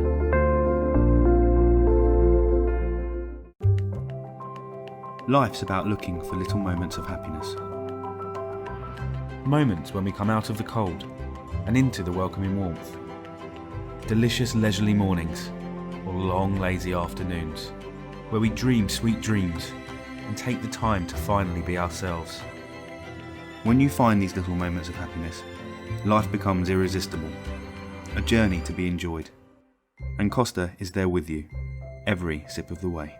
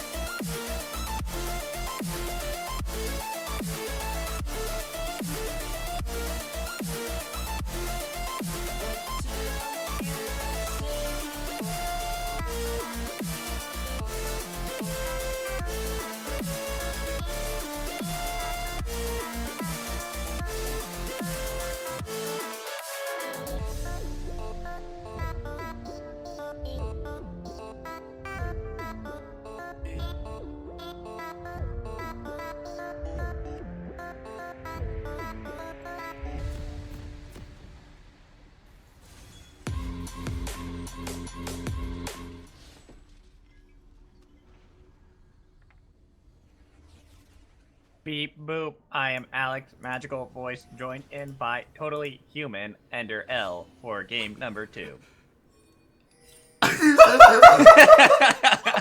Oh my god, see, okay, we were talking about the intro, we have another pause, great, 26 seconds this time, they're literally trolling us, they're literally trolling us. Okay, first of all, that's horrible. Second of all, I didn't know you were gonna do it in that voice magic. By the way, for those that don't know, me and Ender, we found a Reddit called r/totally not robots, and we were memeing it up while we were waiting for the pause, like for everything to end. And so we were just like, hey, you should enter it that way. And I'm like, you know what? I'm gonna go full out with it. I'm gonna have a little bit of fun with that. Yeah, see, we tell them about the subreddits. They suspect that we're actually humans. We're totally humans, by the way. So Totally humans. Totally. in case you're wondering. Yeah. I mean, how else do you expect me to talk as fast as I do, and with, you know, totally not messing up all the time? You're a rap god. That's all I have for you. That's what it is. Not programmed to just talk really, really fast and really, really hype. I wish I could program myself to talk really, really fast. Well, that's something you got to work on later, I suppose. But right now, we're getting onto the Rift. So everything's actually looking a lot cleaner this time. We're not actually seeing anyone group up. Not going to see the normal where one side really wants to see if they can stop and engage or possibly go for anything. Gonna keep it more clean this time. Clean all across the board. That's how we like it here, but mid lane, that's going to be scary to watch. Shadow's taking Barrier in this matchup. Starforge is actually taking Ghost, so there's not quite as much kill threat in the mid lane with the no offensive summoner from Starforge and the very, very defensive summoner coming through from Shadow. So not a whole lot should happen down there. And top lane, too. Probably just sustain wars because it's potions versus beads. And I actually like having that barrier into the Vladimir. You talked about how the Vladimir can get very scary with his dives later on. Well, a great way to stop that is just go, hey, let's pop a barrier. He goes in, Hemo Plague's about to go, boom, not gonna die. Yeah, it's a little weaker in a 2 versus 2 if there is one to break out, if both junglers do show up there in the mid lane. But of course, you do take Barrier out also because it's not going to be negated by Grievous Wounds, which would be applied against the very common Summoner spell and Ignite that the Vladimir would take. So even though he's not necessarily taking it this game, Starforger is, Shadow probably expected him to, honestly. I would have expected him to be honest. That's a normal static thing that Vladimirs go for, but he wanted to go for a little bit easier of an engage potential and really be able to stick onto someone like a Ziggs who's going to just try to satchel charge his way out to safety. Yeah, the defensive warding actually very interesting. We saw Van Cleef put a ward down that's just now spotting out Oxide right here, and at the same time he's trying to make a play up here in the top lane, but Shadow should expect at least that Oxide is hovering in the area and trying to make a play happen. He's got to be careful because he's about to get engaged. The Cocoon not going to connect, but look at that damage just being spit right onto Shadow. I mean, he walked straight back into all of that. He dodged away from pretty much anything and then didn't even really try to escape right here. And now he's burnt through all of his potions. Yes, he does have the barrier, he does have the flash, so didn't lose too much in the summoner spell department, but still an overall successful gank, I'd say, here from Oxide. Yeah, and it allows Starforger to play a little bit more up. As he's doing, going to just try to see if he can zone away the Ziggs who's low on mana, low on health, low on pots. He's in a little bit of a troubling situation. Yeah, Oxide, though, showing that he will go for the early ganks. Last time, the Lee Sin fell a little bit flat. Yes, he was trying a lot, but wasn't super effective. This time on the Elise, it's a lot easier to make early plays, look for turret dives at the same time here. So definitely have my eyes on him to continue to be pretty hyperactive here in the early game, and bot lane could be his next point of entry. Ooh. With it being very far pushed up, we actually get to see in the top lane a little bit of an exchange coming in from Zenzawa and Transparent. Good taunt. Just trying to get the tower damage onto Zenzawa, try to even up this lane. Yeah, still should be pretty easy just to shove and recall here from Zanzwa. He's got the TP, unless he wants to hold on to that one, fearing the level 6 that should come out of Transparent relatively soon. Should be 5 off of this minion wave, of course, and with all the good warding that both Zanzwa has put on his river as well as Van Cleef inside, it means that he's going to be relatively safe up here in the top lane. Nothing too troubling for either squad. Transparent being pushed up to his tower, he doesn't really have the fear for a gank. Zenzawa having the wards. They are timing out right now, so if that was the time for the likes of Oxide to actually make a gank, it probably would have been then, but not really going to be able to find his way because Van Cleef is in the top side. But in the mid lane, Oxide, he does want to get onto Shadow. Oh, this is just a gank that's probably not going to work. If, you know, your mid laner is shoving, you're going to need to go for a loop around, try to make a play sort of in that way, but again, Shadow should be looking to recall pretty shortly here after he clears away those minions, and diving onto the barrier, very, very difficult, even once you do have the level 6 from Vladimir, and of course the ways to dodge away from the turret with that Elise-Vlad combo. Very nice. Plus, we actually get to see Starforger having quite a significant CS lead over Shadow, a lot having to do with that gank earlier that got the pots out of Shadow, really made it so that he had to play defensively and allowed Starforger to play so far up. Plus, not really seeing any pressure coming in from Van Cleef to help out Shadow really did benefit the Vladimir. Definitely going to be watching out for this Vlad. Starforger, post-level 6, now does need to get a recall in and start working his way towards a proto belt, unless it's the faded Morello's build from Starforger that he loves to go for. He does like to do that. He loves that CDR and that... I don't condone it. I mean, literally every other item you want to build on Vladimir gives you CDR Zonias, you know, Abyssal Scepter, that's 20% right there. If you go Lucidity Boots, that's 30. Just get 10% your runes and even you're good to go. Protobelt, yeah, forgot about Protobelt. There, throw that in there too. And then you don't even need it in runes. Or you don't even need Lucidity Boots. I wonder if it's purely for the fact that he gets the Grievous Wounds, but now he's going to go really far up on him, trying to get the damage, but not actually going to be able to. And then in the top lane, we saw some backs coming in as well. One of the beads being sold by the likes of Transparent, trying to get more of that MR, not MR, the health stats, getting the Ruby Crystal, as well as getting that longsword, probably pathing towards that Tiamat. Yeah, I think he actually sold the bead to pick himself up a control ward right there and have a little bit extra room in the inventory. Of course, you don't really need to hold on for those too long. They sell for relatively high value comparative to other items in the game. Shadow, though, whew. Yeah, look at that. He's going to go really hard, having to use the barrier to keep himself safe. Not going to die, but look at that. Starforger, he is not afraid. He's just going to consistently go up. Van Cleef now having to be in the area. Got to be careful of the flash coming in. The Ghost was used by Starforger. He's going to flash in. He wants to get the first blood. Does pick that one up. Going to just Sanguine Pool himself out to safety. I guess I'm just a little bit confused as to why Shadow stuck around in the area. Sure, you had Van Cleef, and the Tides of Blood weren't going to connect onto him through that minion wave right there, but Starforger, with the third proc right there, got the Blood Rush, got the kill in that mid lane solo. Even Oxide was roaming around, spotted out on wards. Shadow still not respecting it, and wasn't even necessary because it was Starforger V9. Yeah. And that was something that was very telegraphed coming in from Starforger. You could see that that was his intent from a mile away. Popping the Ghost, even with Van Cleef being there, you have to know that he can dodge away from the tower. So if you're Shadow, you need to play a lot more respectively of how aggressive Starforger likes to play. Yeah, the idea was just clear away one minion wave, have Van Cleef in the area, so I can't be dove, but that of course didn't work out, and he had the flash up, never elected to use that quite either. Should be able to deny some minions by shoving into tower very quickly right here, but Starforger, he is miles ahead right now.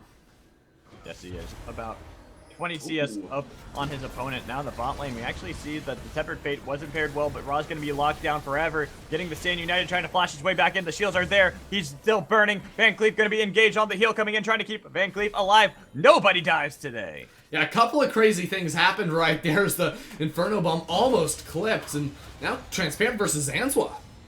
They're going to go really hard on from Zanzua. Not going to actually pick up the kill just yet. He has the shields. Transparent getting taken very low, having to flash away. This is getting so close. One more tick. Zanzua will pick up the kill. Yeah, that was really close right there. And the reason why Transparent is still in the top lane, even though he used the Stand United, was because Zanzua knocked him up with the Keeper's Verdict. Transparent's ulti got canceled out right there, and that actually played a pretty massive role, because had the Shen come in with the taunt flash, could have meant at least one, maybe even 2 or 3 kills going over there for Divinity. Instead, it stalled out, and he got baited into taking a losing fight against Zanzua. Exactly. And that is the thing. The Poppy usually does win the matchup into Shen. Just going to always be able to have ways to stop him from being able to go in with the Keeper's Verdict, even with the Heroic Charge. Just going to always be able to stick right onto him. But now, we kind of see that all the lanes except for mid lane are really even. Even top lane, despite the kill going over for Zanzua, has been kind of even. Now the gank coming in. Flash from Oxide, going to get the flash out of Aeon, but not going to be able to pick up the kill. Yep, just repels to get on out of there. Starforger, ooh, yeah, he's that gonna go is hard scary. Again, the barrier just coming up, but wasn't enough to pick up the kill on G Shadow. Still, just making that guy feel scared. The barrier is up once more, though, and still no summoners on to Starforger, so he does have to go ahead and recall on out of this situation. Or not, maybe. He's making me eat my words, but he's still feeling very confident. And now he pops the barrier. Barrier Wait. popped a little bit too late. He panicked on that one, hitting the button, so now he's got to be really fearful that Starforger is going to just all in him once again. Yeah, that's definitely not something you want to have happen right there. And hey, props to Starforger. It's not the Morellonomicon. It's actually going to be the Proto Belt Rush. You can see, even with the Kindle Gem there, not even building AP, as one ability power item if you don't count the Dark Seal. And he's still almost one-shotting Shadow. I'm proud of Starforger. He's learning. He's evolving. That's what it is, Magic. It's even scarier than learning. He's evolving. His program is being updated right here. It's the next edition. It's Starforger version 2. He's definitely human, by the way. Don't confuse that for anything else. He is definitely human. Definitely not a robot. He's a blood mage. I'm not sure if that qualifies as human. I would say so. If you're a blood mage, you have to have blood, right?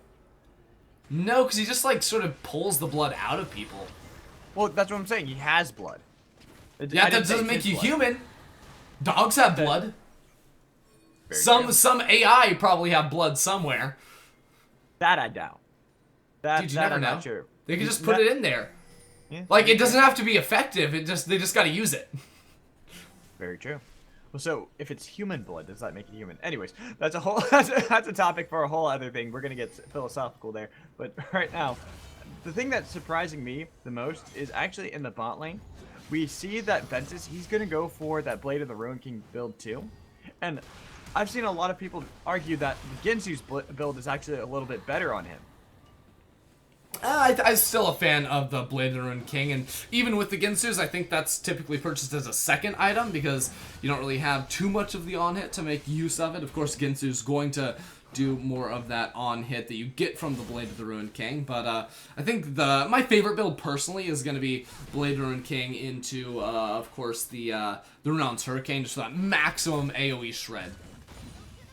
That is a very nice build. I will say. I wasn't even a fan of that before, like, lethality, or like the first week of season where, like, some players were still going for that, some were, like, getting on the lethality hype train, and I was always sort of a fan of this on-hit, non-lethality teamfight build. Oh, but look at in the mid lane, Starforger gonna go really hard. He wants to get this kill. That's gonna be Mega Inferno Bomb dodged away by the Sanguine Pool. He has one more zap of the Q, gonna pick that one up. That's a lot of damage right there, Magic. That champion might just be absurd. That's okay. We had Oxide in the mid lane too, and with him showing now it's up to Integrity to make a plan to Roz. Yeah, Roz is gonna get caught out. Flash, body slam. They're gonna lock him up indefinitely. Van Cleef picking up the kill. Yeah, no counterplay right there. Unless Roz was gonna flash right off the bat, but even then, there's still gonna be an arrow to lock you up. The Gragas 2 flying in from the side, but gonna be the first turret potentially here. Divinity trying to take that one down in the mid lane. Yeah, but Aeon is going to be wrapping around with Van Cleef. They're going to try to see if they can go on a Starforger. They're going to lock him up under tower. Here comes the Stand United. They're trying to keep him healthy, but Transparent actually gets the ultimate canceled by Sensual once again.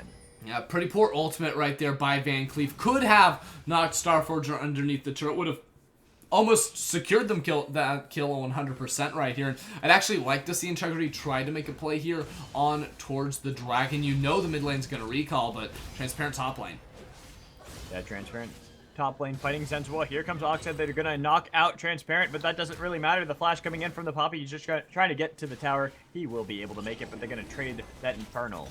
Yep, they probably actually would not have gone for that play unless they saw the Spider show up there in the top lane. It's a very nice decision by them, though, and once more getting this early percentage increase in Game 2. Once more, double Infernals to start it off. That is absurd, especially if we see the side of Integrity get that once again.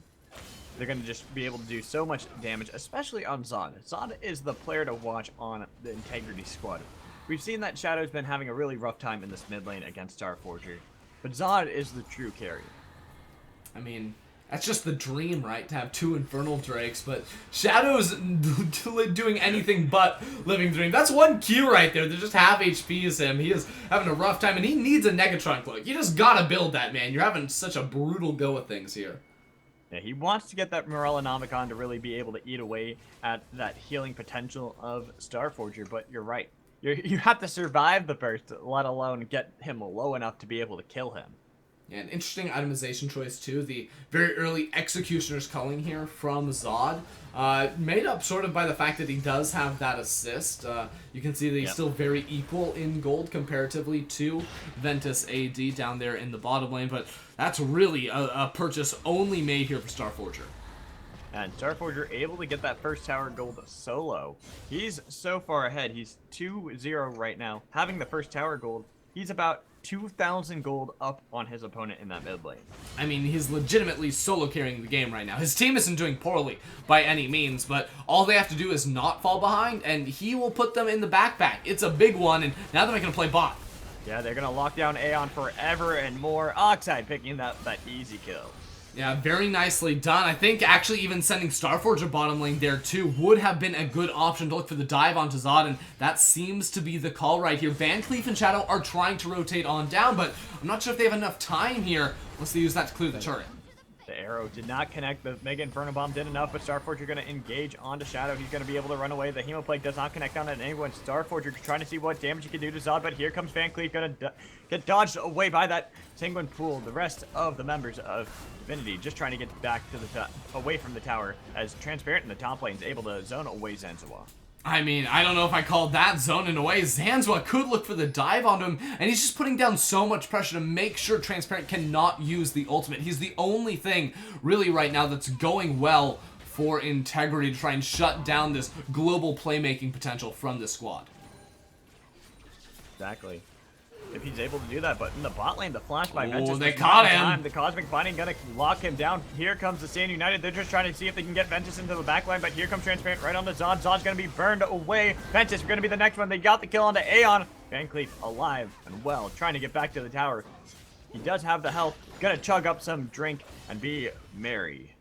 That barrel actually just killed Zod. It was trying to zone Ventus back on in there, but at the same time, you literally give a delivery there for Transparent to be right on top of your AD carry. That's not what you want to have happen when that is your sole source of DPS in that skirmish, and Zanzawa not able to retaliate with the teleport of his own. That was the second time we've seen a task not used effectively by Van Cleef, where we really would have liked to have seen him use that in a more a way. I'm not proactive, because it was proactive in both senses, but in a more positioning way. Yeah, we're trying to, you know, put players where you need them to be in a fight, but there was not really a good place to put that one, honestly, unless it was to knock away the Varus and just make sure the fight was completely diffused right there, but that, of course, would sacrifice the potential to end up getting the kill onto Varus, which is what they expended all of those ultimates to try and actually grab for themselves off the bat. Whew, Shadow. Poor Shadow. I feel bad for him this game. Look at that. He's about 40 CS down from Starforger, down 2 kills as well. He's not having an easy time.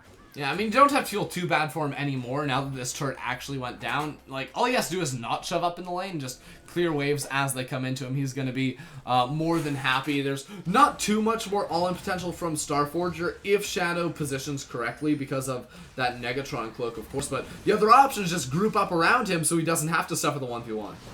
Yeah, they're just going to try to see if they can get this tower. They do have a good ability. That's going to be the cask on to Starforger. He has to use a Sanguine Pool to try to get himself out. The flash going to come in. Zenzawa going to use that ulti just to knock away one person.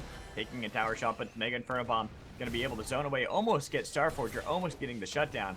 But all members of both teams playing ARAM. This is the Integrity style, I guess. They just group up around the 20-minute mark, try and get turrets. They do have the Zig, so as long as they can try and chunk this down before Starforger returns, they're going to be okay with that. But the fact they're unable to secure that right there makes things a little bit more awkward. Now, sieging not a possibility. If they want to, they could try and get some vision control around this dragon, because there's no way they're going to be able to take down that mid-tier 1. Yeah, 40 seconds left on the second Infernal Drake of the game. Really will be beneficial for both the squads. If you're on Divinity. You don't want to allow that to go into Integrity's hands. You want to equalize the playing field, but if Integrity get that, that is a huge power spike for them. Yeah, and it'll sort of make up for the gold deficit they've found themselves in so far. It's going to be a very hard fight to actually try to go for, in all honesty, when you're trying to run into this Vladimir, run into the pick potential here of Divinity. And I think a lot of it is going to be up to Zanzua trying to stop the Shen ultimate. Yeah, but Starforger taking a lot of damage right there. Gotta be careful, because he can get poked away. Sure, he can zap all that health right back, even using the dragon as that avenue for that.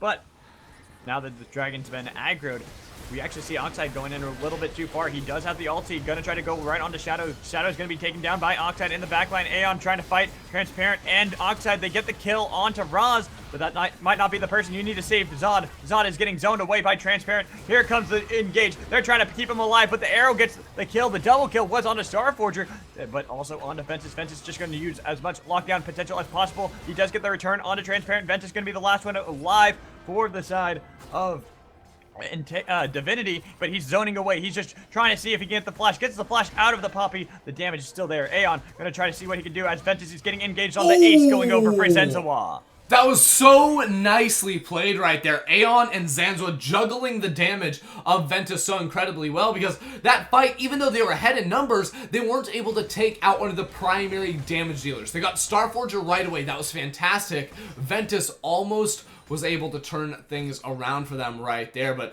it's a very good sign for Integrity, because we might be looking just to get straight back into another 5 versus 5 as soon as those death timers run out. And getting the gold to be almost 500 difference, where it was 2,000 difference between the two teams just a minute ago, that's really going to help out Integrity, since they were able to win that fight. They got the ace. They have everything going in their favor now.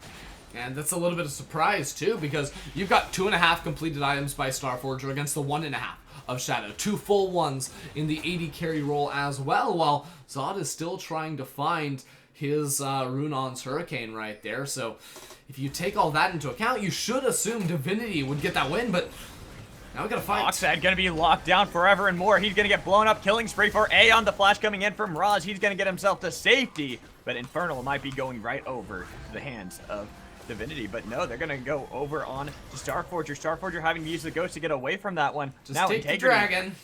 Yeah, Integrity, you need to get onto that dragon.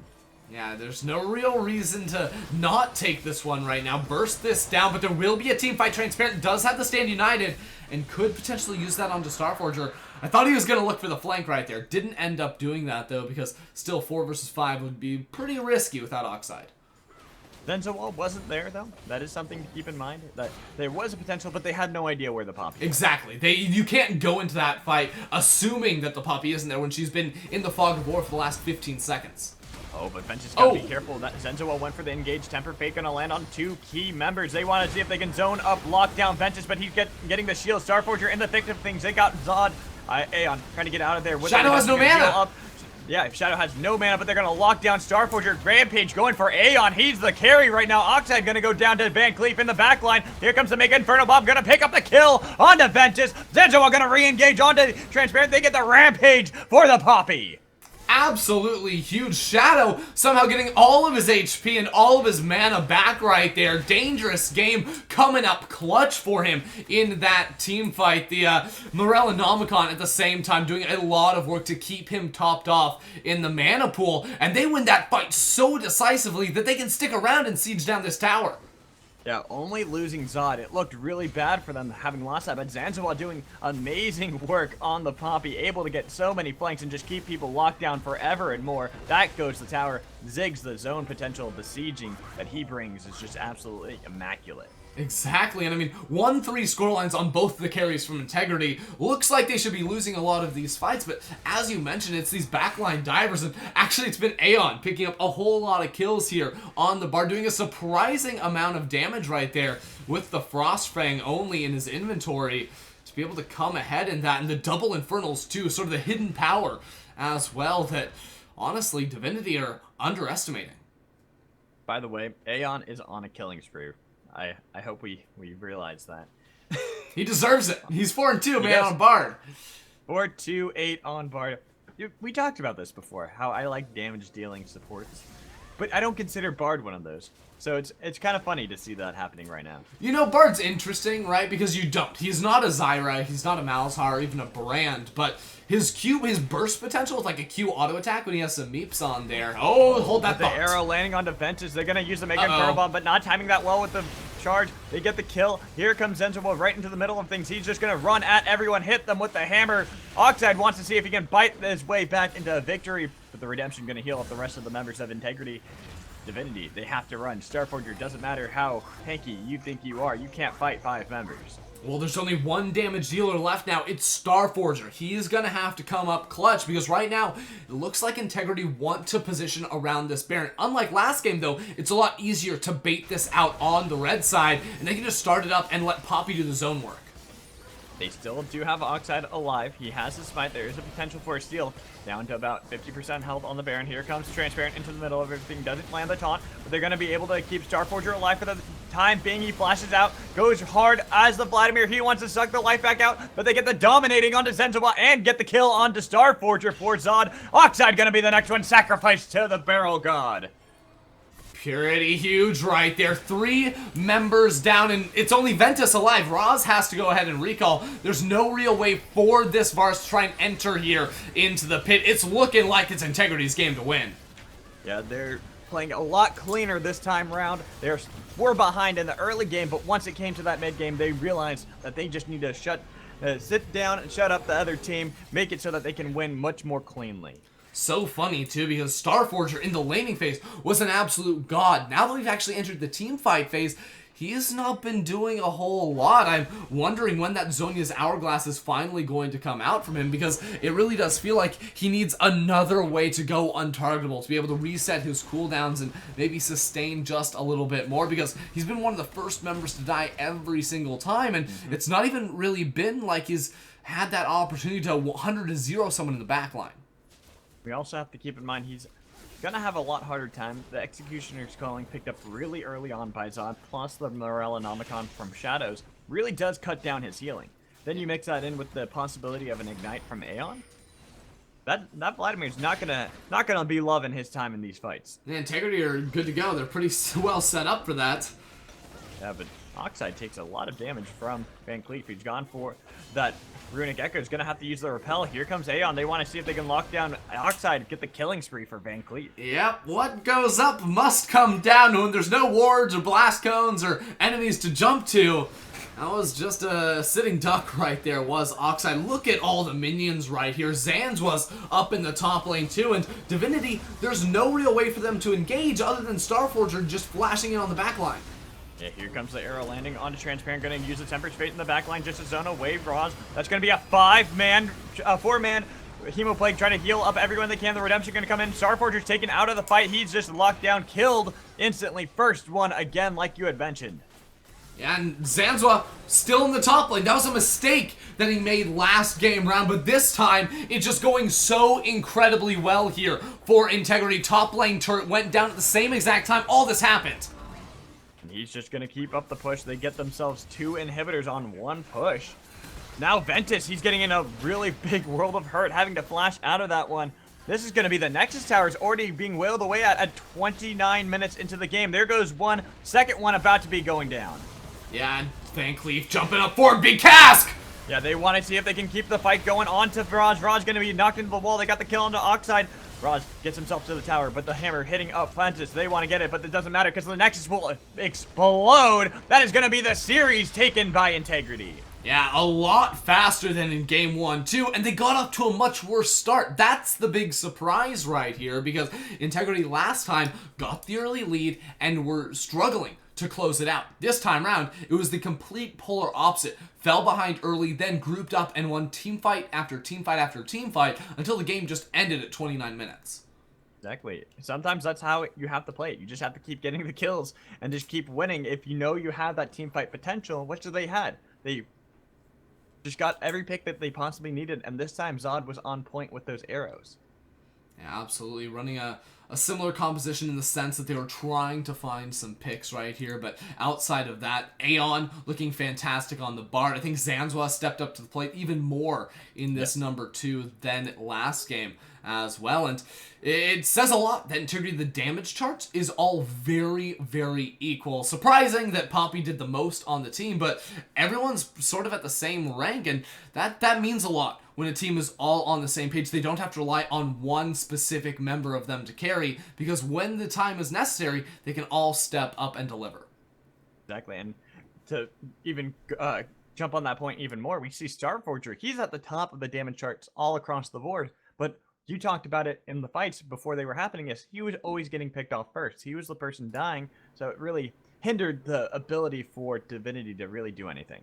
Right, and because he got so far ahead so early on, the team was really relying on him to be able to carry in the game. Never had Azonia's Hourglass, so wasn't able to stay alive long enough in fights. I'm not even sure if Transparent was ulting him the majority of the time, because everyone else just felt like they were getting picked off, not being able to do a whole lot of anything. And with a composition like this that got ahead, they should have been able to, maybe go inside the enemy jungle, look for some picks, try to extend their advantages that way. But instead, they just, sort of mindlessly tried to fight the guys over on Integrity's side over and over again, and it was not very effective for them.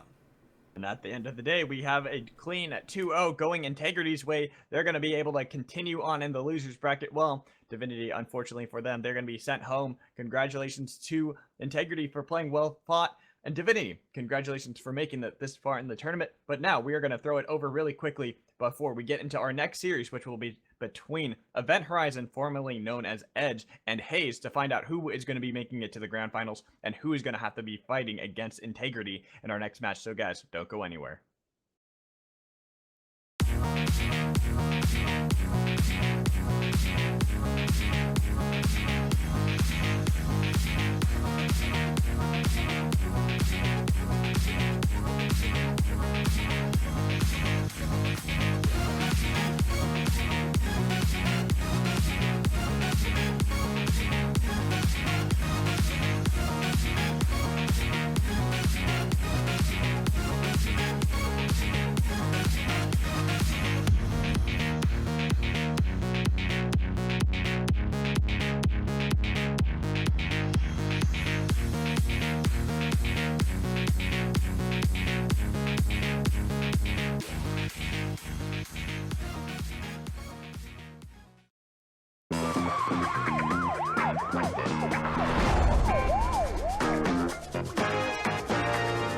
Hey, officers, what's going on? We're in the middle of an epic car chase. Is that why you're moving in slow motion? Epic car chases are always done in slow motion. That's a bit cliche.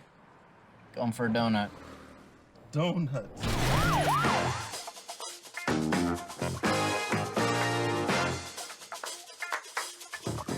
Smart.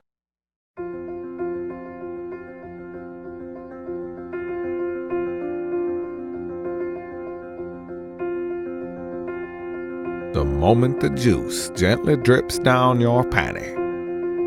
When your taste buds meet real wholesome meat, that's when you know you're in a point of no return. You realize you're lost in the pleasures only a true meal can offer. You're lost, but you sure as hell don't want to be found. Hugo's Burger Bar. Let's burger like never before.